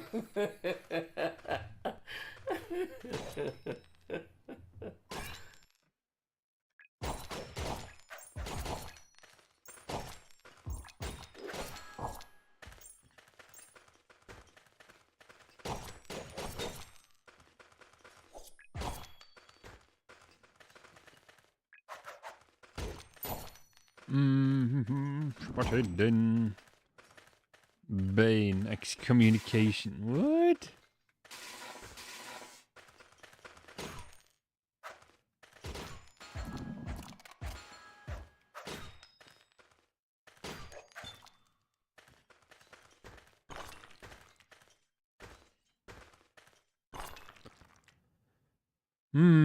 Altar of Ur.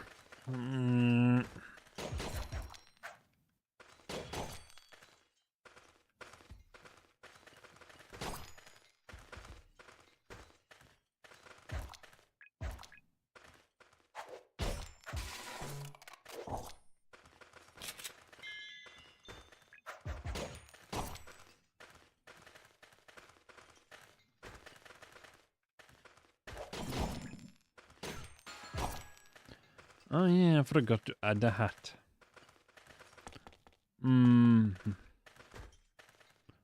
Yes, of course.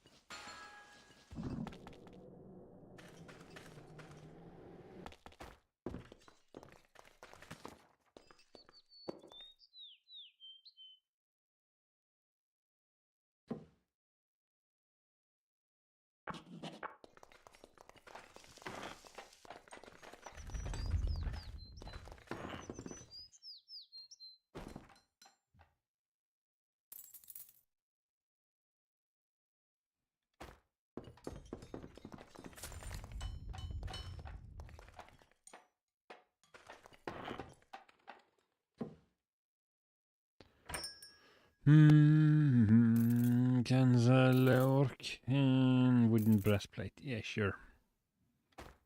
Now that I have that food, we can go over to the inn and just, yeah, bring me something to eat. Why are cats so cute?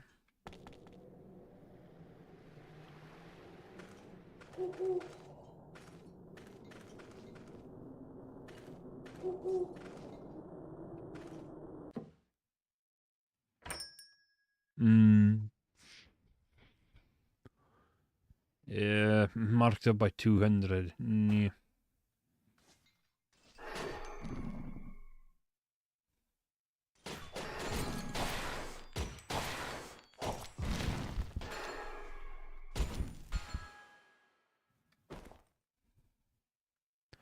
Holy shit. Teleport.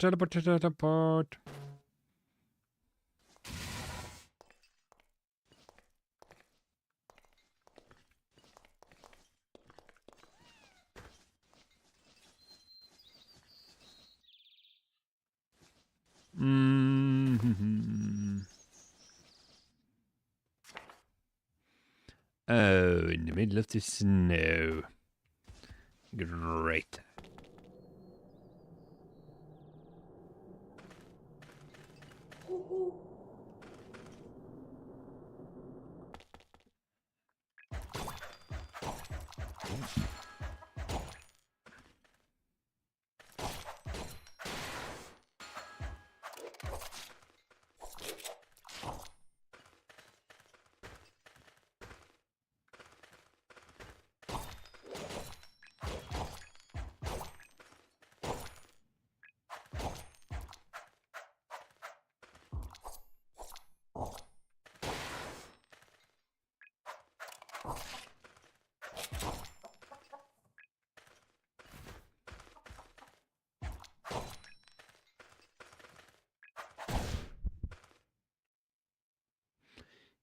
Shit. Oh,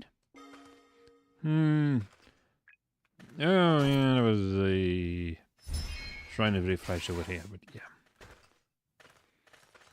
I need to be more mindful of suicide bombers.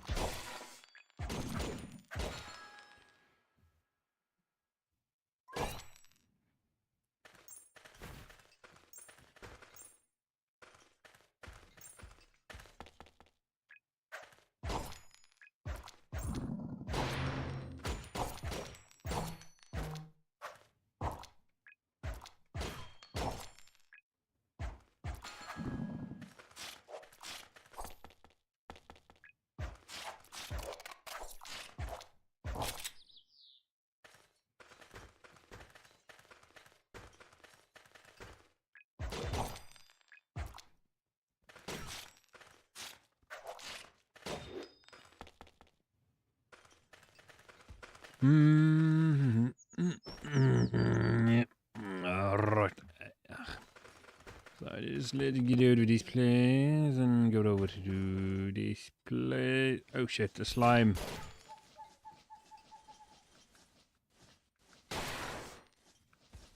Oh look, a cleric. It's sleeping. Damn it.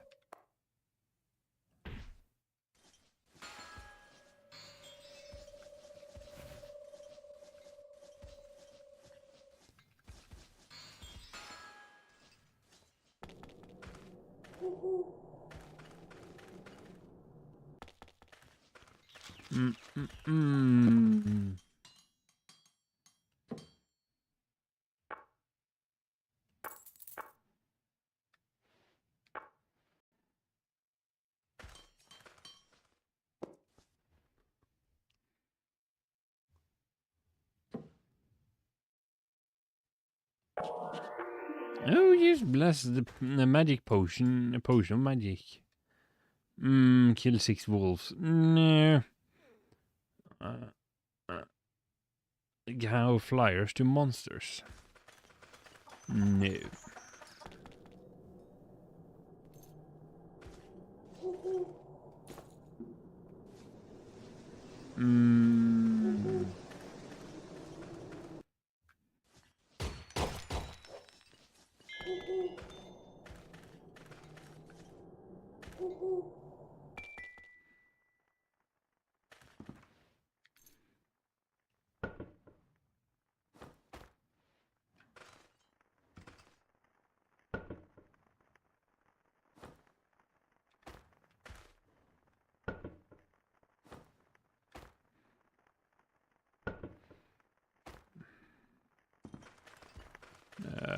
There is a question.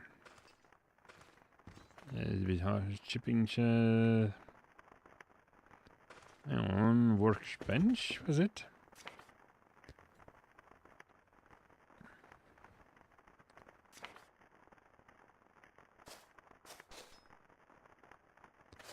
Just make some tighter ropes at least. Shipping chest. Palulu log, string, stick.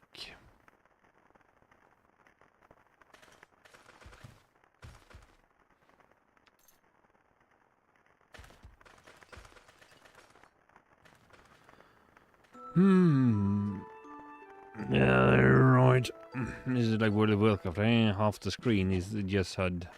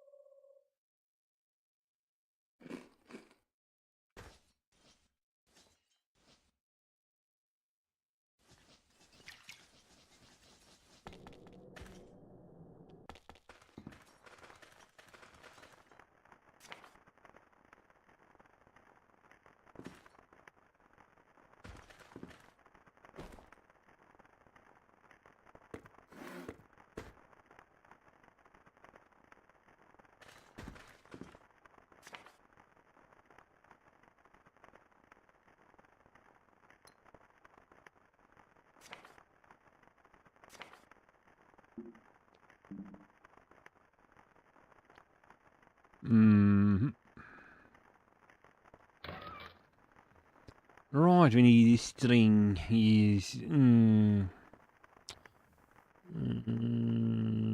Nope. Stuff. Oh, rebelling Pope.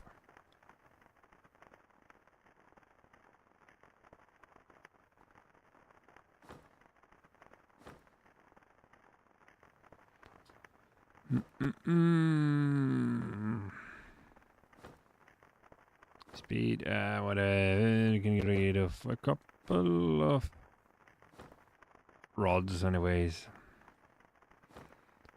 Hand axe. Let's see. 2D.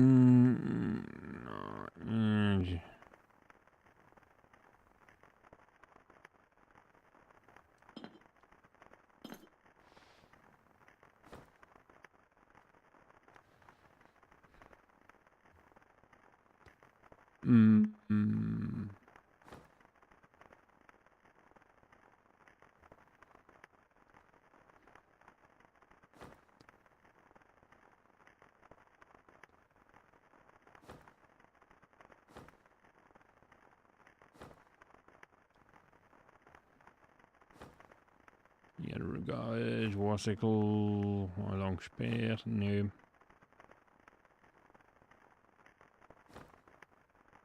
Stone club, silly charm. Nope, nope.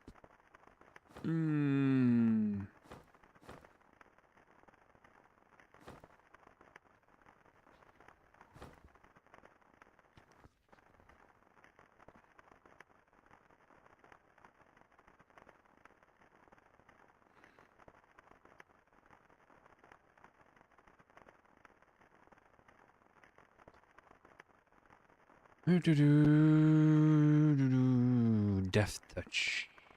Holy shit, that looks like it's gonna be difficult to read.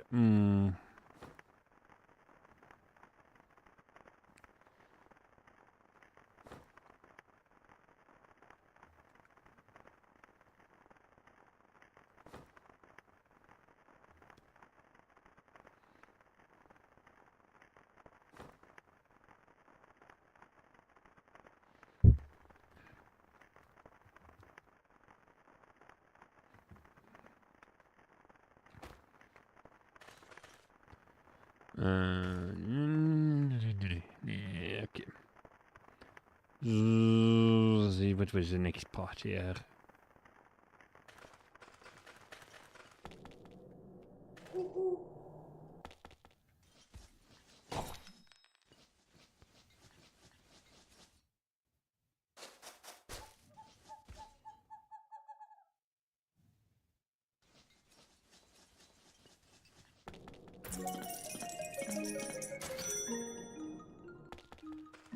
Think about rain bush, yes. Can make some string, yes.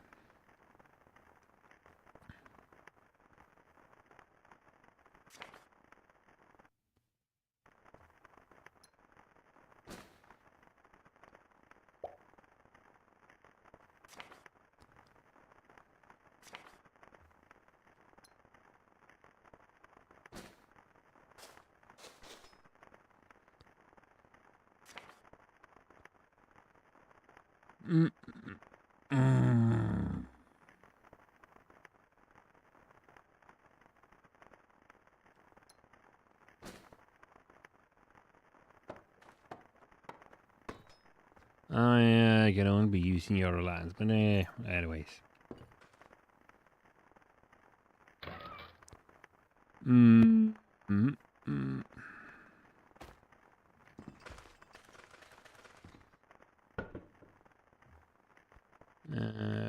Log, rope, grass, leaf.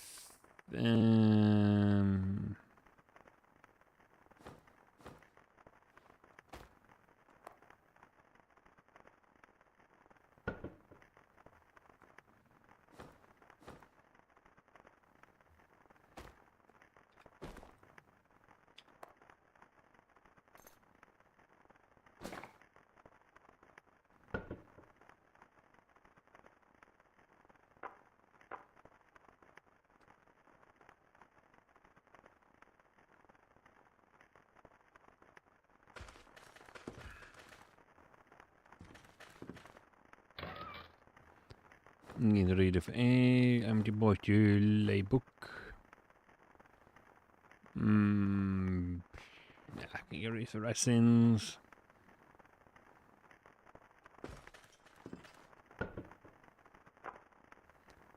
Is terrible way to do it, but yeah, whatever. Oglog over here.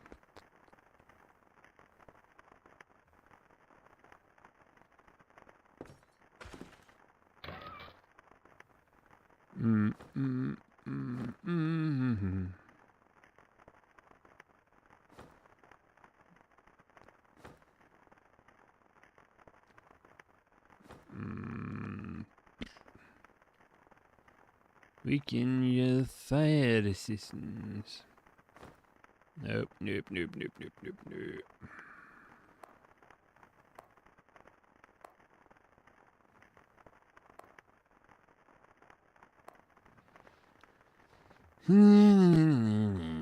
Have a book of band. Can we read it safely without mana burn?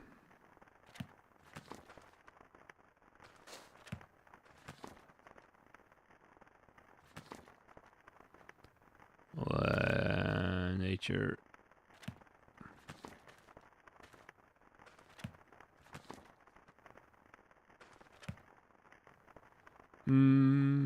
Death touch. Huh. Ah, okay. That worked. Get rid of this pine doll.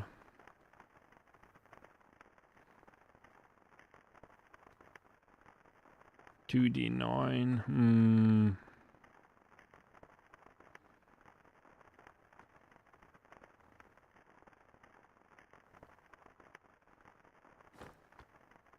Glass of wine. Yes, sure.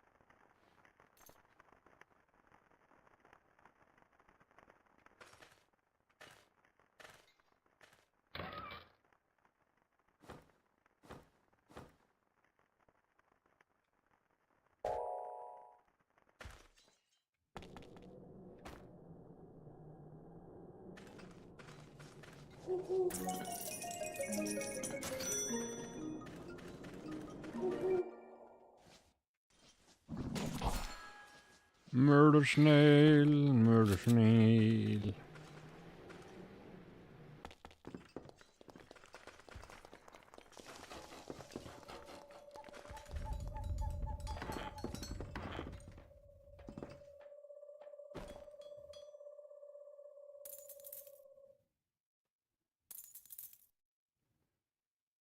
Two dozen one and ugh.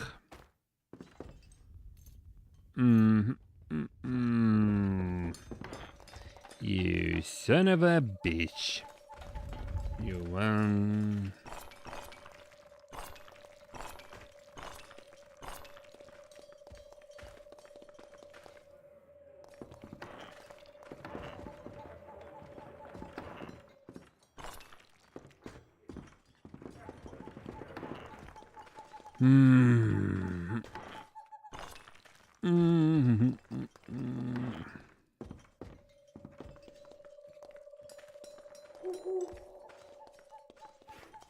People have way too much time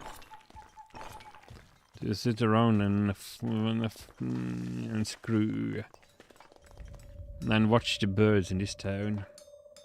See, quest-wise.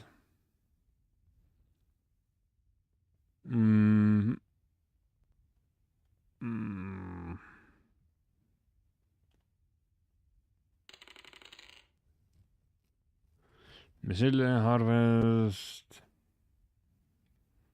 Bring me boiled egg.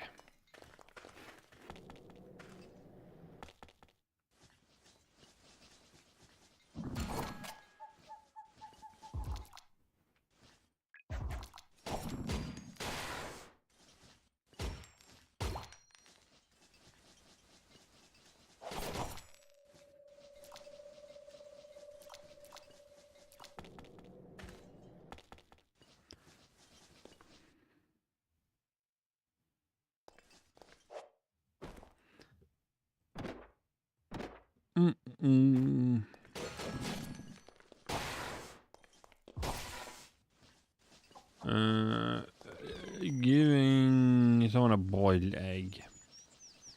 Doesn't work unless you find an egg.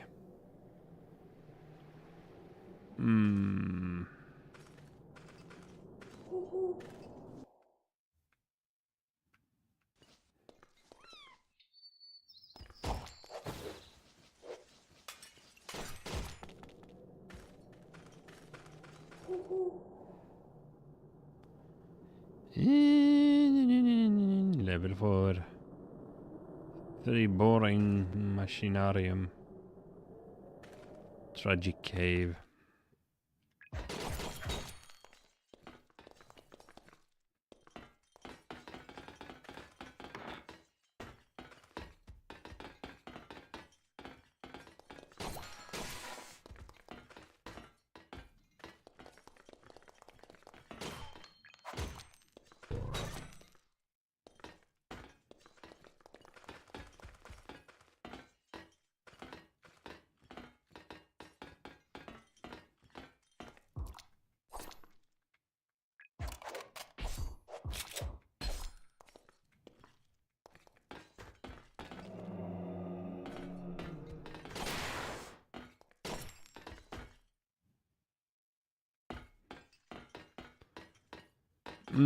Right, corpse of goblin warrior.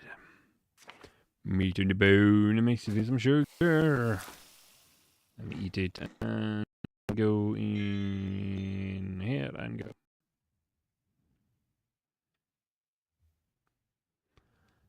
Okay, you know what? Stop instead.